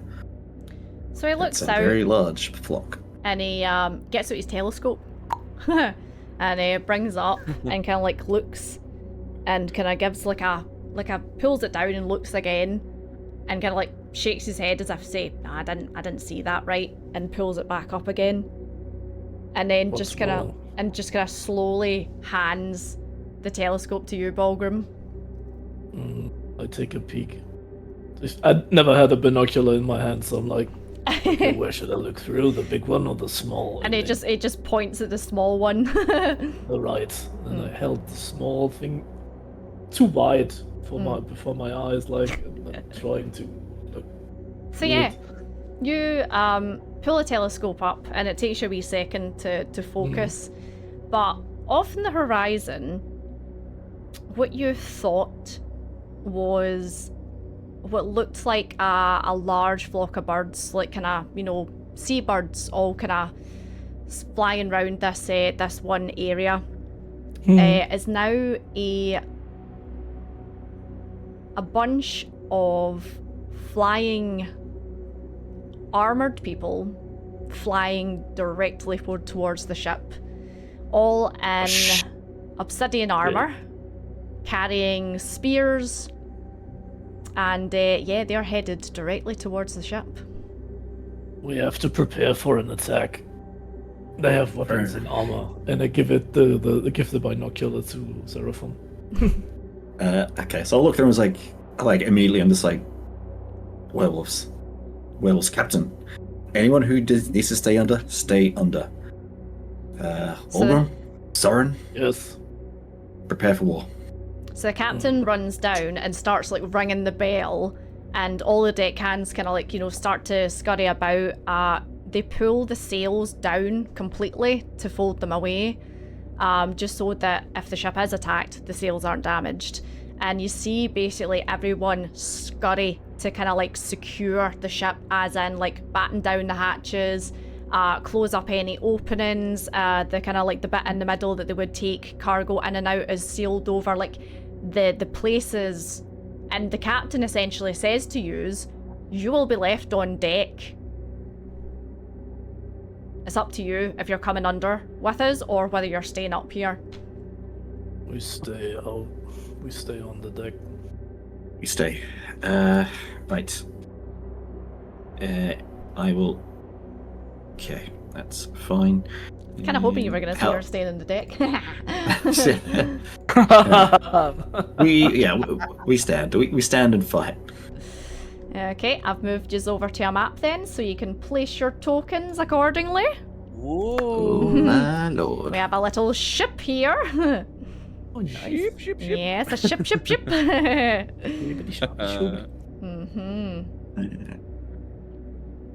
Actually, let me swap back to this one to get the music for that. Nice. We shall use battle music. Raptor. This raptor soon. There we go. So you have probably about, probably about 4 or 5 minutes before these things land. By the looks of it, they are fastly approaching and picking up speeds and headed straight towards you. Are there any like arrows or anything on the ship, like on the map, or what's on the deck of the ship? On the deck, there are barrels, ropes, stuff like that, but there's no kind of like weapons or anything like that. Okay. Yep. Okay. All right. Oh, actually, I need to open up another thing and grab this. Let me drag you over here, and I'll minimize you so I can read you.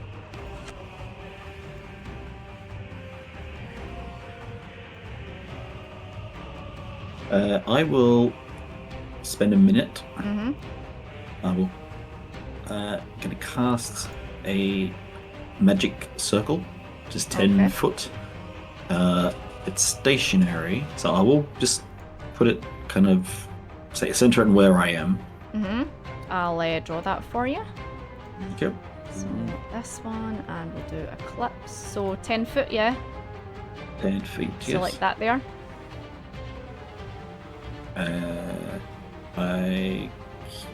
Yep.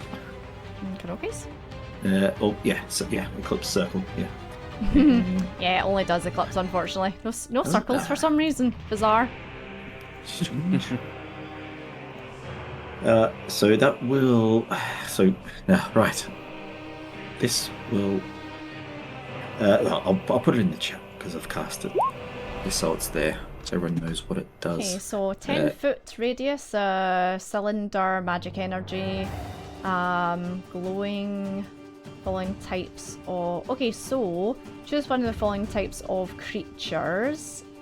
So we have celestial, elemental, fae, fiend, or undead. The circle affects creature of your choice. Cannot willingly enter the cylinder. Okay, so what creature would you like to pick? Undead. Okay. Charisma saving throw. The creature has disadvantage on attack rolls. Blah blah blah blah. Cool. So if they enter to attack you, it's charisma saving throws or disadvantage. Yeah. Yeah. Perfect. Cool. Soren, Balgrim, you literally have like a minute to prepare anything, or? I would like to cast the Crimson Ride on my hammer. Yeah. So that's And fire. I wanna give Nope. give the hammer storm damage, so it's lightning damage now. Ooh, that's pretty Because cool. we're on the Ooh. wooden ship, and I thought maybe it's not a good idea to use fire damage on Yeah. the wooden ship. Good idea. Cool. Soren, you wanting to do anything? Yes, I would like to head to like the middle where the entrance was. But I'd like to hide like I don't know under the stairs or something, So or everything near a has barrel. yeah, so everything's been sealed up. You could try and hide in a barrel. So if you want to give me stealth, Okay. Again, let's see, so stealth 24. 24. I'd say that's pretty good. You managed to jump in a barrel and hide yourself. Just Perfect. as these, like say, obsidian armored creatures land on the deck. And would you like to all roll for initiative, please? Make Yes. these slightly bigger. Rolling low as is tradition. Oh, that's too Initiative. big. Yeah, I'll just keep them the regular Yes. size. Let's see, and I will roll for these 4. So, Man, nice job, Balgrim. Jeez. Thank That's you. an initiative. oh wow, yeah, I think Balgrim, unless any of these roll higher, will definitely be first. So, 14 and okay, so let me see. Nope, Balgrim, you're going to be first. So Balgrim. Okay, and then let's see, 17. Soren, what is your dex modifier, please? 4 + 4. Yeah, you're going to be next then. You're higher. Soren, then it'll be Werebat. Werebat. Werebat 1. That is how Where'd they you are. get that one from? That's how they're able to fly. Cool. Then it'll be, unfortunately, the rest of the Werebats and then Zerphon. So 2, 3, 4, and then Zerphon. Okay, Balgrim, you're up first. You see, boom, boom, boom, boom, these massive obsidian armored werebats. You can see they're kind of like really strange, deformed, like long, like bat-like faces underneath, and the wings kind of like flap for a couple of seconds before they land. You're up first. Okay, so I want to move. I have a movement of 25 feet. Wow. So- Okay. Yeah. And it's not so much, like dwarves are not really, not the moving kind. True. They're heavy, but they're sturdy. So I would stay here. And then I shout out of my lungs while beating up my chest. Come at me, you filth! Okay. trying to taunt him. Nice. Just realised that the So that was my action. need the roll thing to be a bit larger on this side. Okay, any bonus actions or anything else you just wanting to stay where you are? No, I want to stay where I am. Yes. Excellent. Okay, Bulgrim, that was you. So Soren, you are currently hiding. No one has seen you. Their perceptions are not high enough to spot you. Hey. Oh man, so he's taunting them. Yeah, yep. He's shouting. You can hear him. He's loud. Yeah. Okay. I'm gonna pop out of the barrel. Surprise! And the one closest to me. Uh-huh. I am going to. Oh, also, sorry, quickly, could I ask your ACs? So, Yeah. yep. Yeah. Just so I'm not constantly asking you. 18. 18, yep.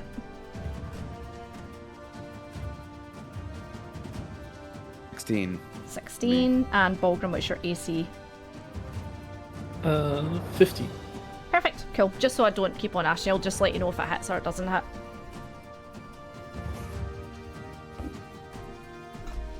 Okay. I'm gonna pop out. My first attack, I'm gonna throw a dagger Ooh, at okay. the first one I see on top. Cool, so that's the top one, yeah.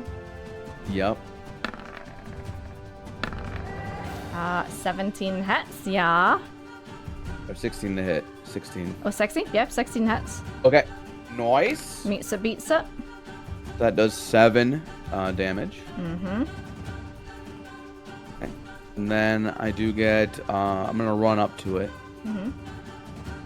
I do get extra attack at level 5 for monk. Absolutely, yeah. I'll just do a normal unarmed strike. Ooh, 10 misses, 10. yeah, unfortunately. Yeah. Okay. Well, I'll spend a key point for Flurry of Blows. Nice. Go Okay. for it. So yeah, you see me throw out a dagger and approach, Yep. and I just gaze at him, and I go kind of like hiss almost, and then like 2 really quick swipes at him. Boom, boom. Go for almost claw-like attacks. Oh, my God! Yes. Okay, so what's your maximum damage you can do? So the max damage Mhm. on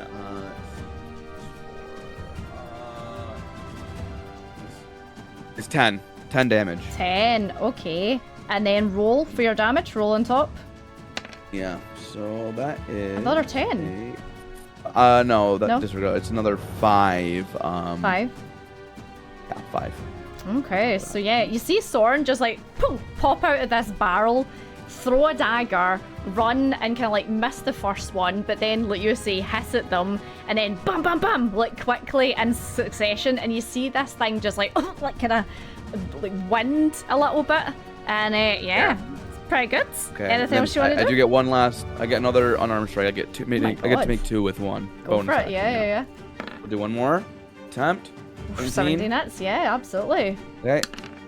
And that does 5 more bludgeoning damage. Nice. Now you've done. Yeah, I'm kind of striking almost claw-like, and yeah, that's my bonus movement action. We're good. End turn. Perfect. Yeah, you did quite a bit of damage in your first round. Excellent, Soren. So, unfortunately, as that werebat's turn now, and it is going to do a little multi-attack on you. So your AC is 16, yeah? Yep. Okay, so 17, that one definitely hits you. And the next one might miss. Hold on, plus... okay, so the second one misses. But it's going to take its spear and spear you, essentially. It's going to take a little swipe with a spear.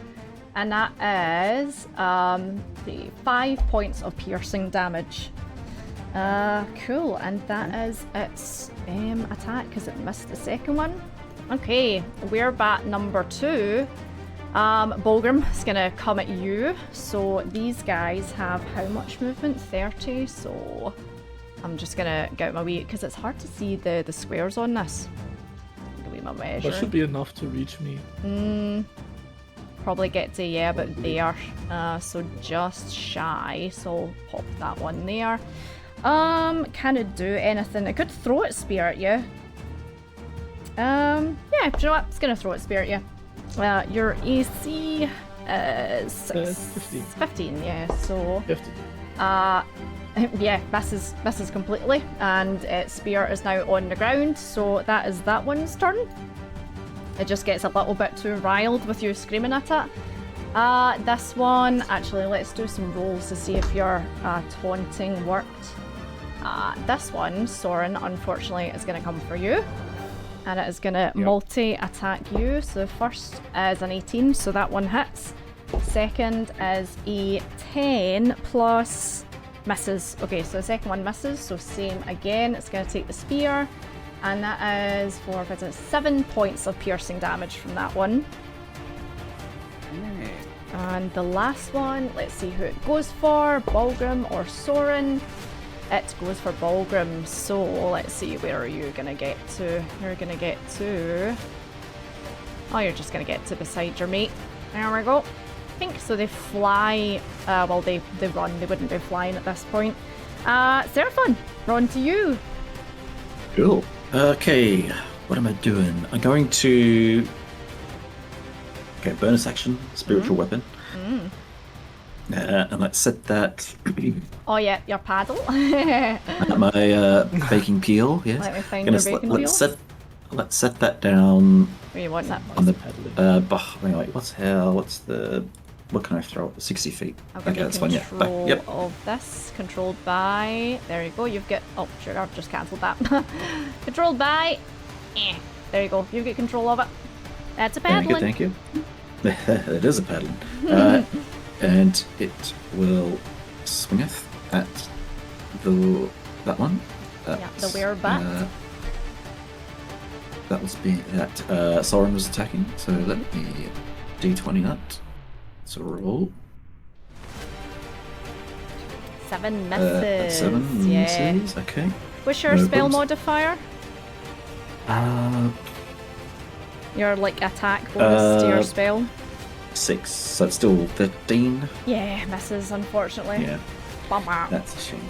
Yeah. Okay. So it's gonna. It's been a while. It's just gonna warm up a bit. Warm up. Yep. kind of lit the oven. And where are we? I will. What else have I got? That's how far away is Soren? Quite far. Let's grab the measure. He is 60. Oh, yeah. exactly 60. Ooh. That is pretty fantastic. That's fine for what I wanted to do. On Soren, I will cast Shield of Faith. Ooh. Plus 2 AC. That's good. Plus 2 AC. So is that concentration? Yeah. That's just a spell. Casting, abjuration. Yeah, no, it's just a spell slot. Okay, well, so as in, yeah, but no concentration. Cool. So your AC is now 18, Soren. For 10 minutes, so that should be plenty of Oh time. yeah, 10 minutes is like, yeah, a lot of rounds.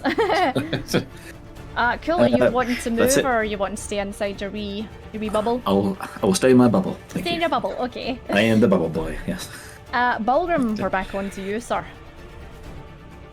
Yes. So, first of all, I want to move. And I think I'm going to move up here between those little two guys. Little. And 7 I foot want to tall. use a bonus action to mark this one with my blood maledict. So that is number 3, yep. So he's getting a blood curse. So a blood curse of the marked. So until the end of the turn, whenever you hit the cursed creature with a weapon on which you have an active Crimson Rite, which I have, Yep. I roll an additional Hammercraft die when determining the extra damage from the rite. So now I'm using 2 Hammercraft dices to damage that one. Excellent. But like I'm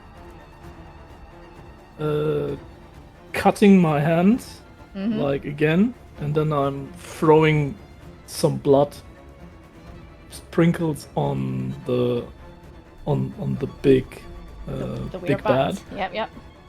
and they like to sizzle and burning into the skin, leaving some kind of marks on the skin.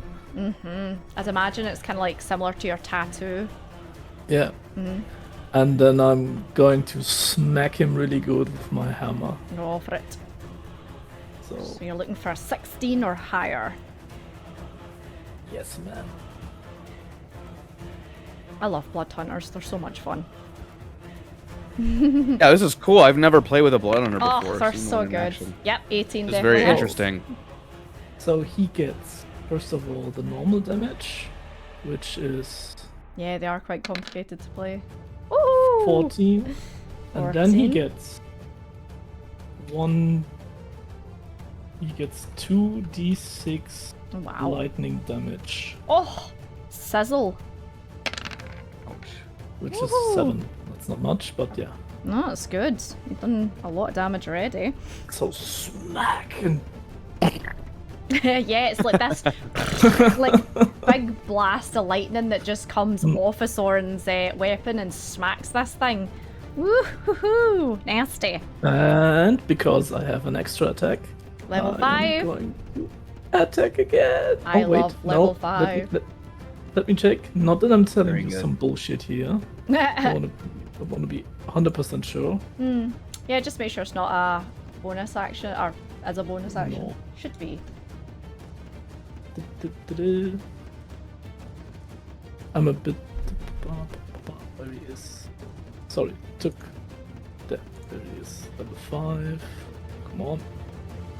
No, level 5 is extra attack. Okay. Nice, go for it. Whew. So I'm hitting it again. Absolutely. Has? Yep. 23. 23. Yep. Nice. Very nice. Oh my god. Ooh, 7, yeah. I am going to re-roll the 1 because I have fighting style great weapon fighting, and I can re-roll 1 damage die when I roll the 1, Go for it, yep. and I want to re-roll the 1, so it's right now. That'll be 1d6. hopefully not another one. Hopefully. 4. That's a 4, so it's 3, so an extra 3 on top. 5. It's an 8. Yeah, 8, it's an 8 nice. instead of. And then 2 Nice. d6 lightning damage. Ooh, 11 lightning damage, so, oh my god, yeah.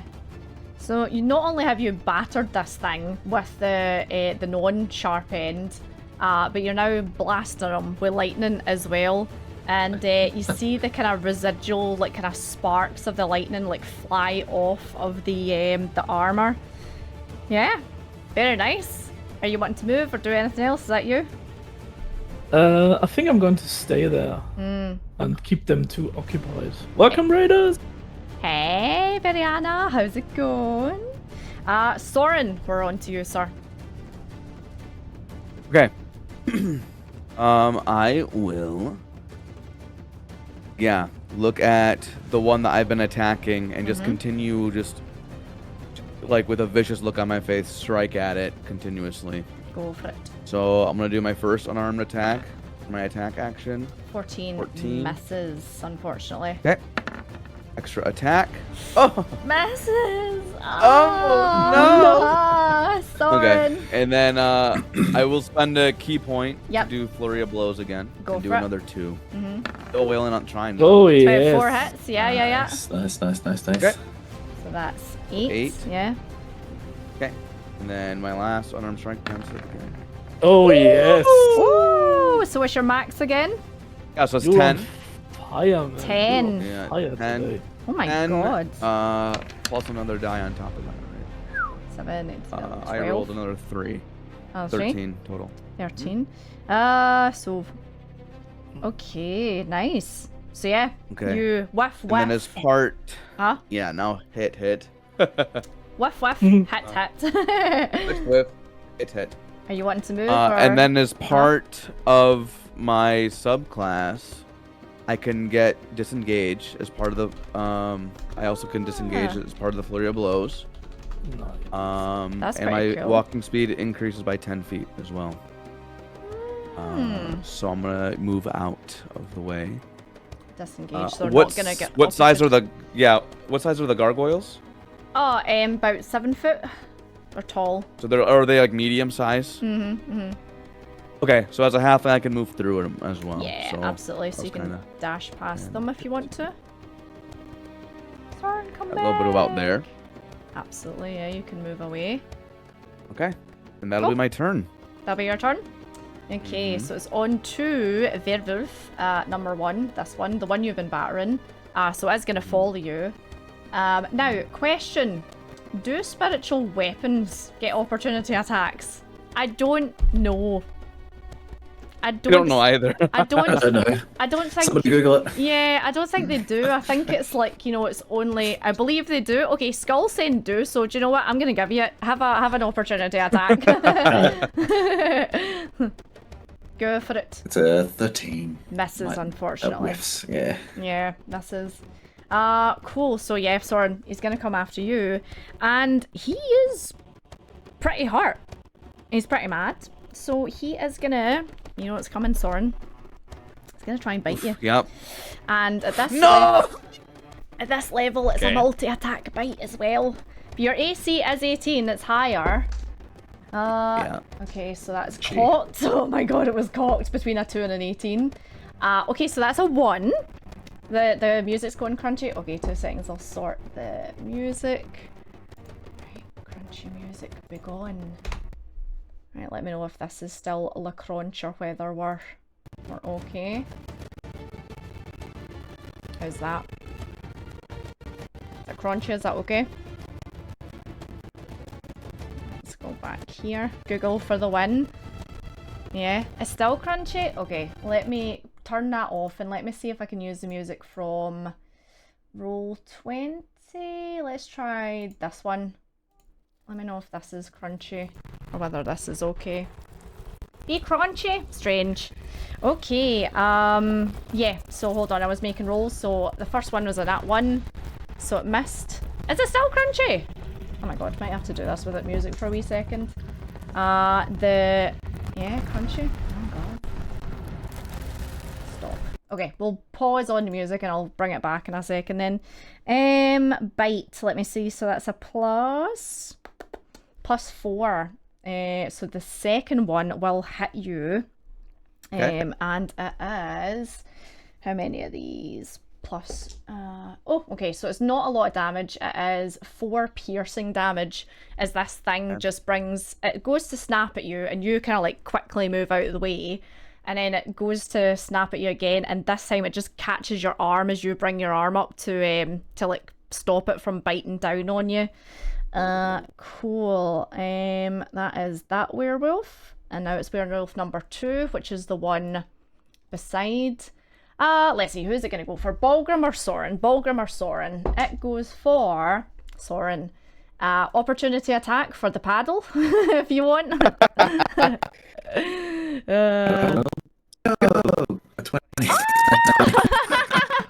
Okay, what is the maximum amount of damage the paddle can do?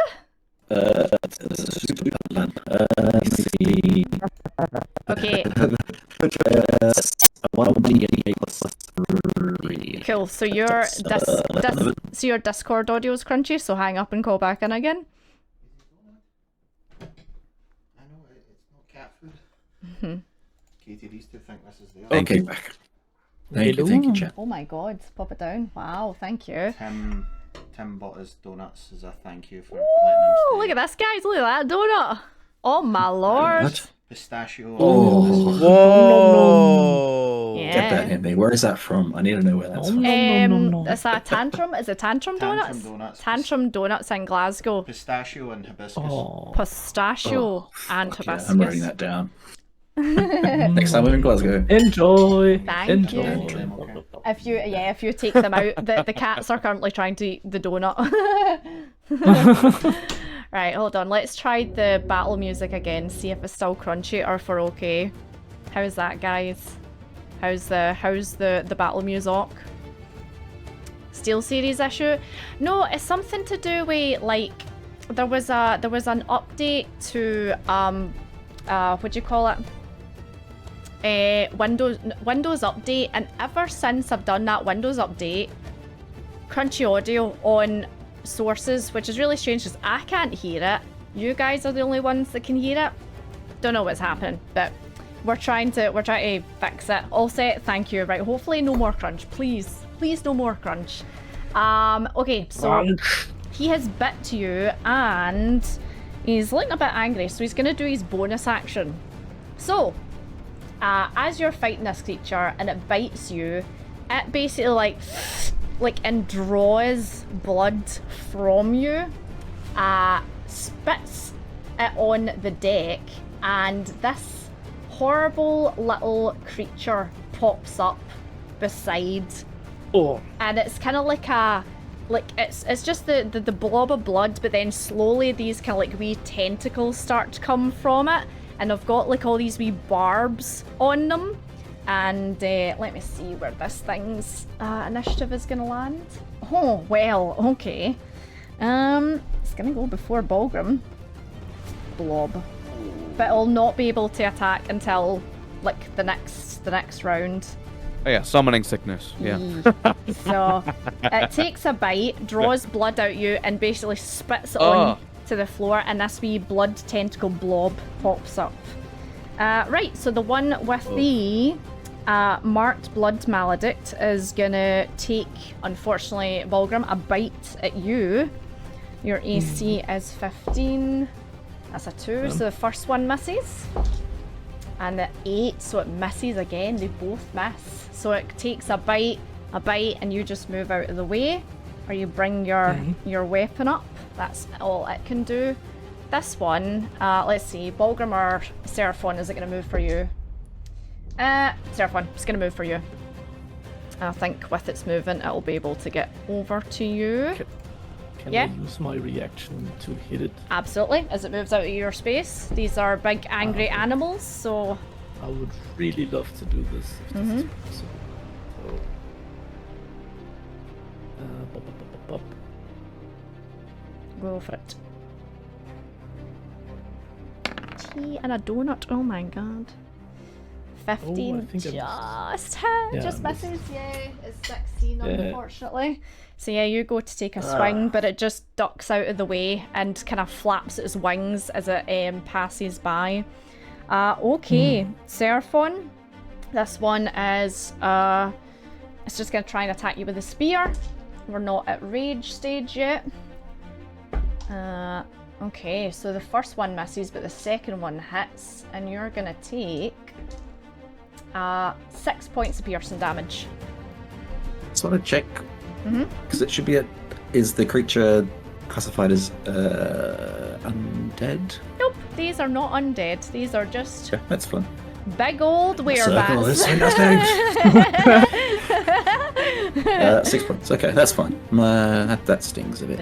Yep, surprise! Aww. Okay, so we're back at the top of the round, and it's the blob's turn. It is the creepy little blob beside you, Soren. And it is gonna... What's it gonna do? Okay, it's gonna try and hit you with its barbed, kind of spiky little tentacles. It's getting a double attack. So the first one is your 18 now. So, first one just by the skin out its teeth misses. Second one's a nat 20. So you take, let me read this, 14 points of piercing damage and 6 points of necrotic damage as this tentacle slaps into you and sticks into your skin, and you feel these barbs pierce you. And then I'm gonna roll the actual damage. So let's see. So another 2 points piercing and another 2 points. I'm unconscious. Are you not unconscious? Yeah, I look as my blood is drawn from the bat when it bites and feeds on me. It just makes me flash back in trauma. And I already start to lose it in spiral. And then as the barbs attacks me, I just think of being fed upon Shit. Okay. and fall. Alright. Soren passes out. Yeah. Bulgrim, we're on to you. Okay, first of all, taking Soren, how gonna much take how this. much health do you have? this asshole. 38. This big bat down. So. Yep. So that is number 3. So that's the one you've already been battering into. So it's looking a little bit shaky. Come on, give us some big hits. Misses. 10. Yeah. It's not a thing, but I can attack again because extra attack. Oh, that hits. Yep. Give him the damage.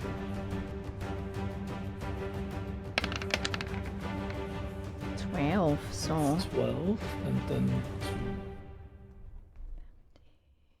2 6s. Damage. Oh my god, is this Yep. gonna be enough? So how do you want to do it? I'll grab the hammer really hard and then hit it in the head. And while I hit it, the lightning strikes this thing so hard that it turns into dust. And the dust like, flows away with the wind. Yep. You just see the armor crumple and crinkle in this lightning, and then it just, like you say, it's like a dust pile just disappears. Excellent. You want to do anything else? Yes.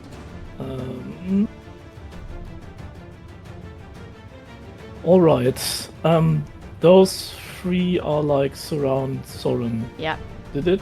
Mm-hmm. Okay. It's pretty So I bad. want to move still because I didn't move so far.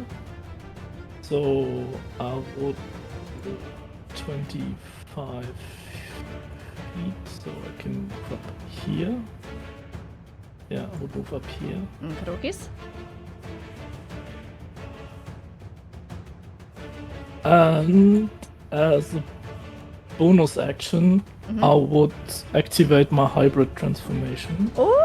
So what's happening, like, Bulgrim goes down on his 4 hunches, closes his eyes, and you can hear a loud pop, pop, knack, and some muscles snapping and bone is cracking. Yeah. And suddenly fur spreads out of his armor and his hands become bigger and with claws.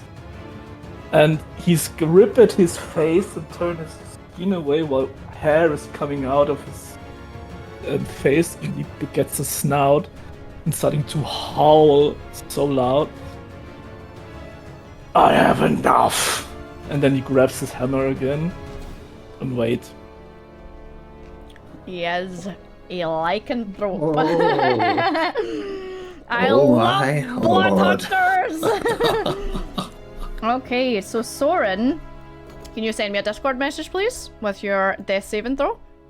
Yep. Okay. Will do. I'm gonna roll it here. If you want to roll like secret IRL or whatever. Yeah, I use my app. Yep, so hold on. Soren. Okay. I messaged you my first roll. Death saving throw. Okay. Cool. Thank you. Right, okay, so it would have been Soren, but you've done your death saving throw. So it is, wait, was that the one that's disappeared? Well, I need a turn, please.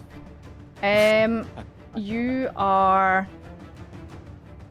Wait, hold on. Because if it's back to Soren, You're at the end, sorry, Seraphon.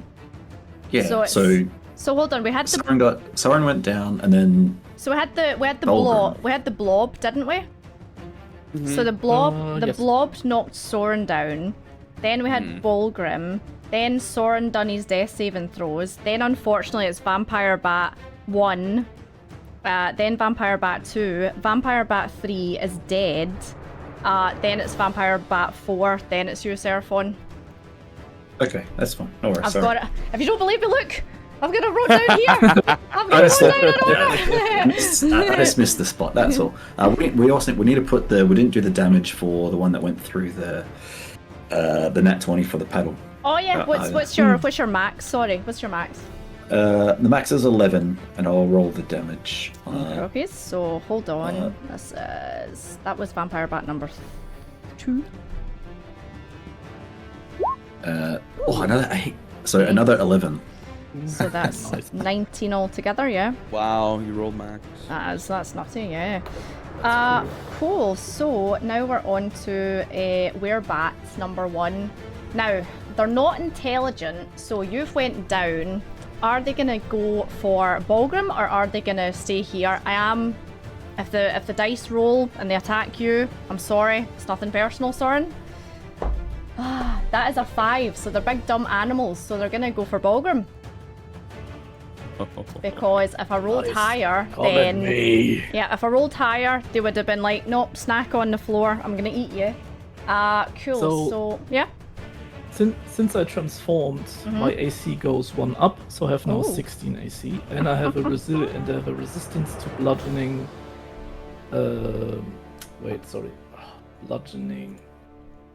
Also, Paddle gets a opportunity attack as it moves towards. Bludgeoning, piercing, and slashing damage from non-magical attacks. Ooh, okay. Ooh. Also 17 hits, so give me damage for that one, please. Plus, that's 7. 7 plus 3. Yeah. So What was that is. Okey-dokies. Cool. Right, so this one is gonna. Let's see, how hurt is it now? It's not quite there yet, so it's just gonna try and spear you with a spear, Balgrim. So your AC is now 16. Oh, okay, so 19 hits. And then. Oh, nice. And another 19. Oh my god, okay. Ooh. So double 19s, and the spear is 2 of these plus what? Plus 2. Okay. So 6, 7, 10 piercing, but you're resistant. So it's 5 then. 5, yes. It is not going to do its bonus action just yet. It's not there just yet. So that's that one. That one. That one's dead. So we are on to the last one. Soren again. I will make a roll.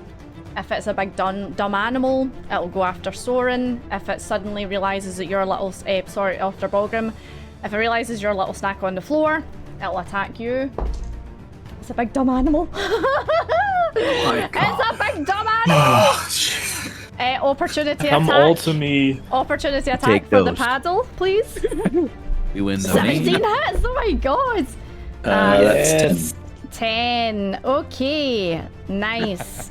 So, big dumb animal is going to try and attack you.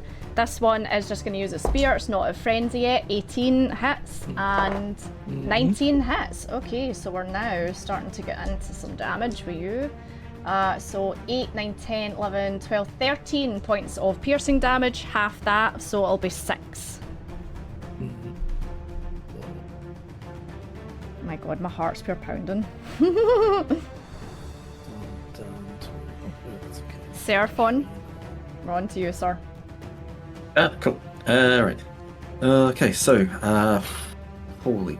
I will move. Gonna move the paddle here. It will attack this one. A 20. 13 will not hit. I don't think. Plus your spell modifier. What's that? Spell attack. Yeah, 7. True. That's 6. So that's 19. Hits? Yeah, hits.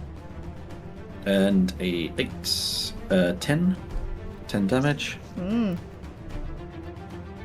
Okay. Yep. Okay. How's that base looking? Same, Sky, same. I really want a donut too. I want a donut. Sorry. He is looking...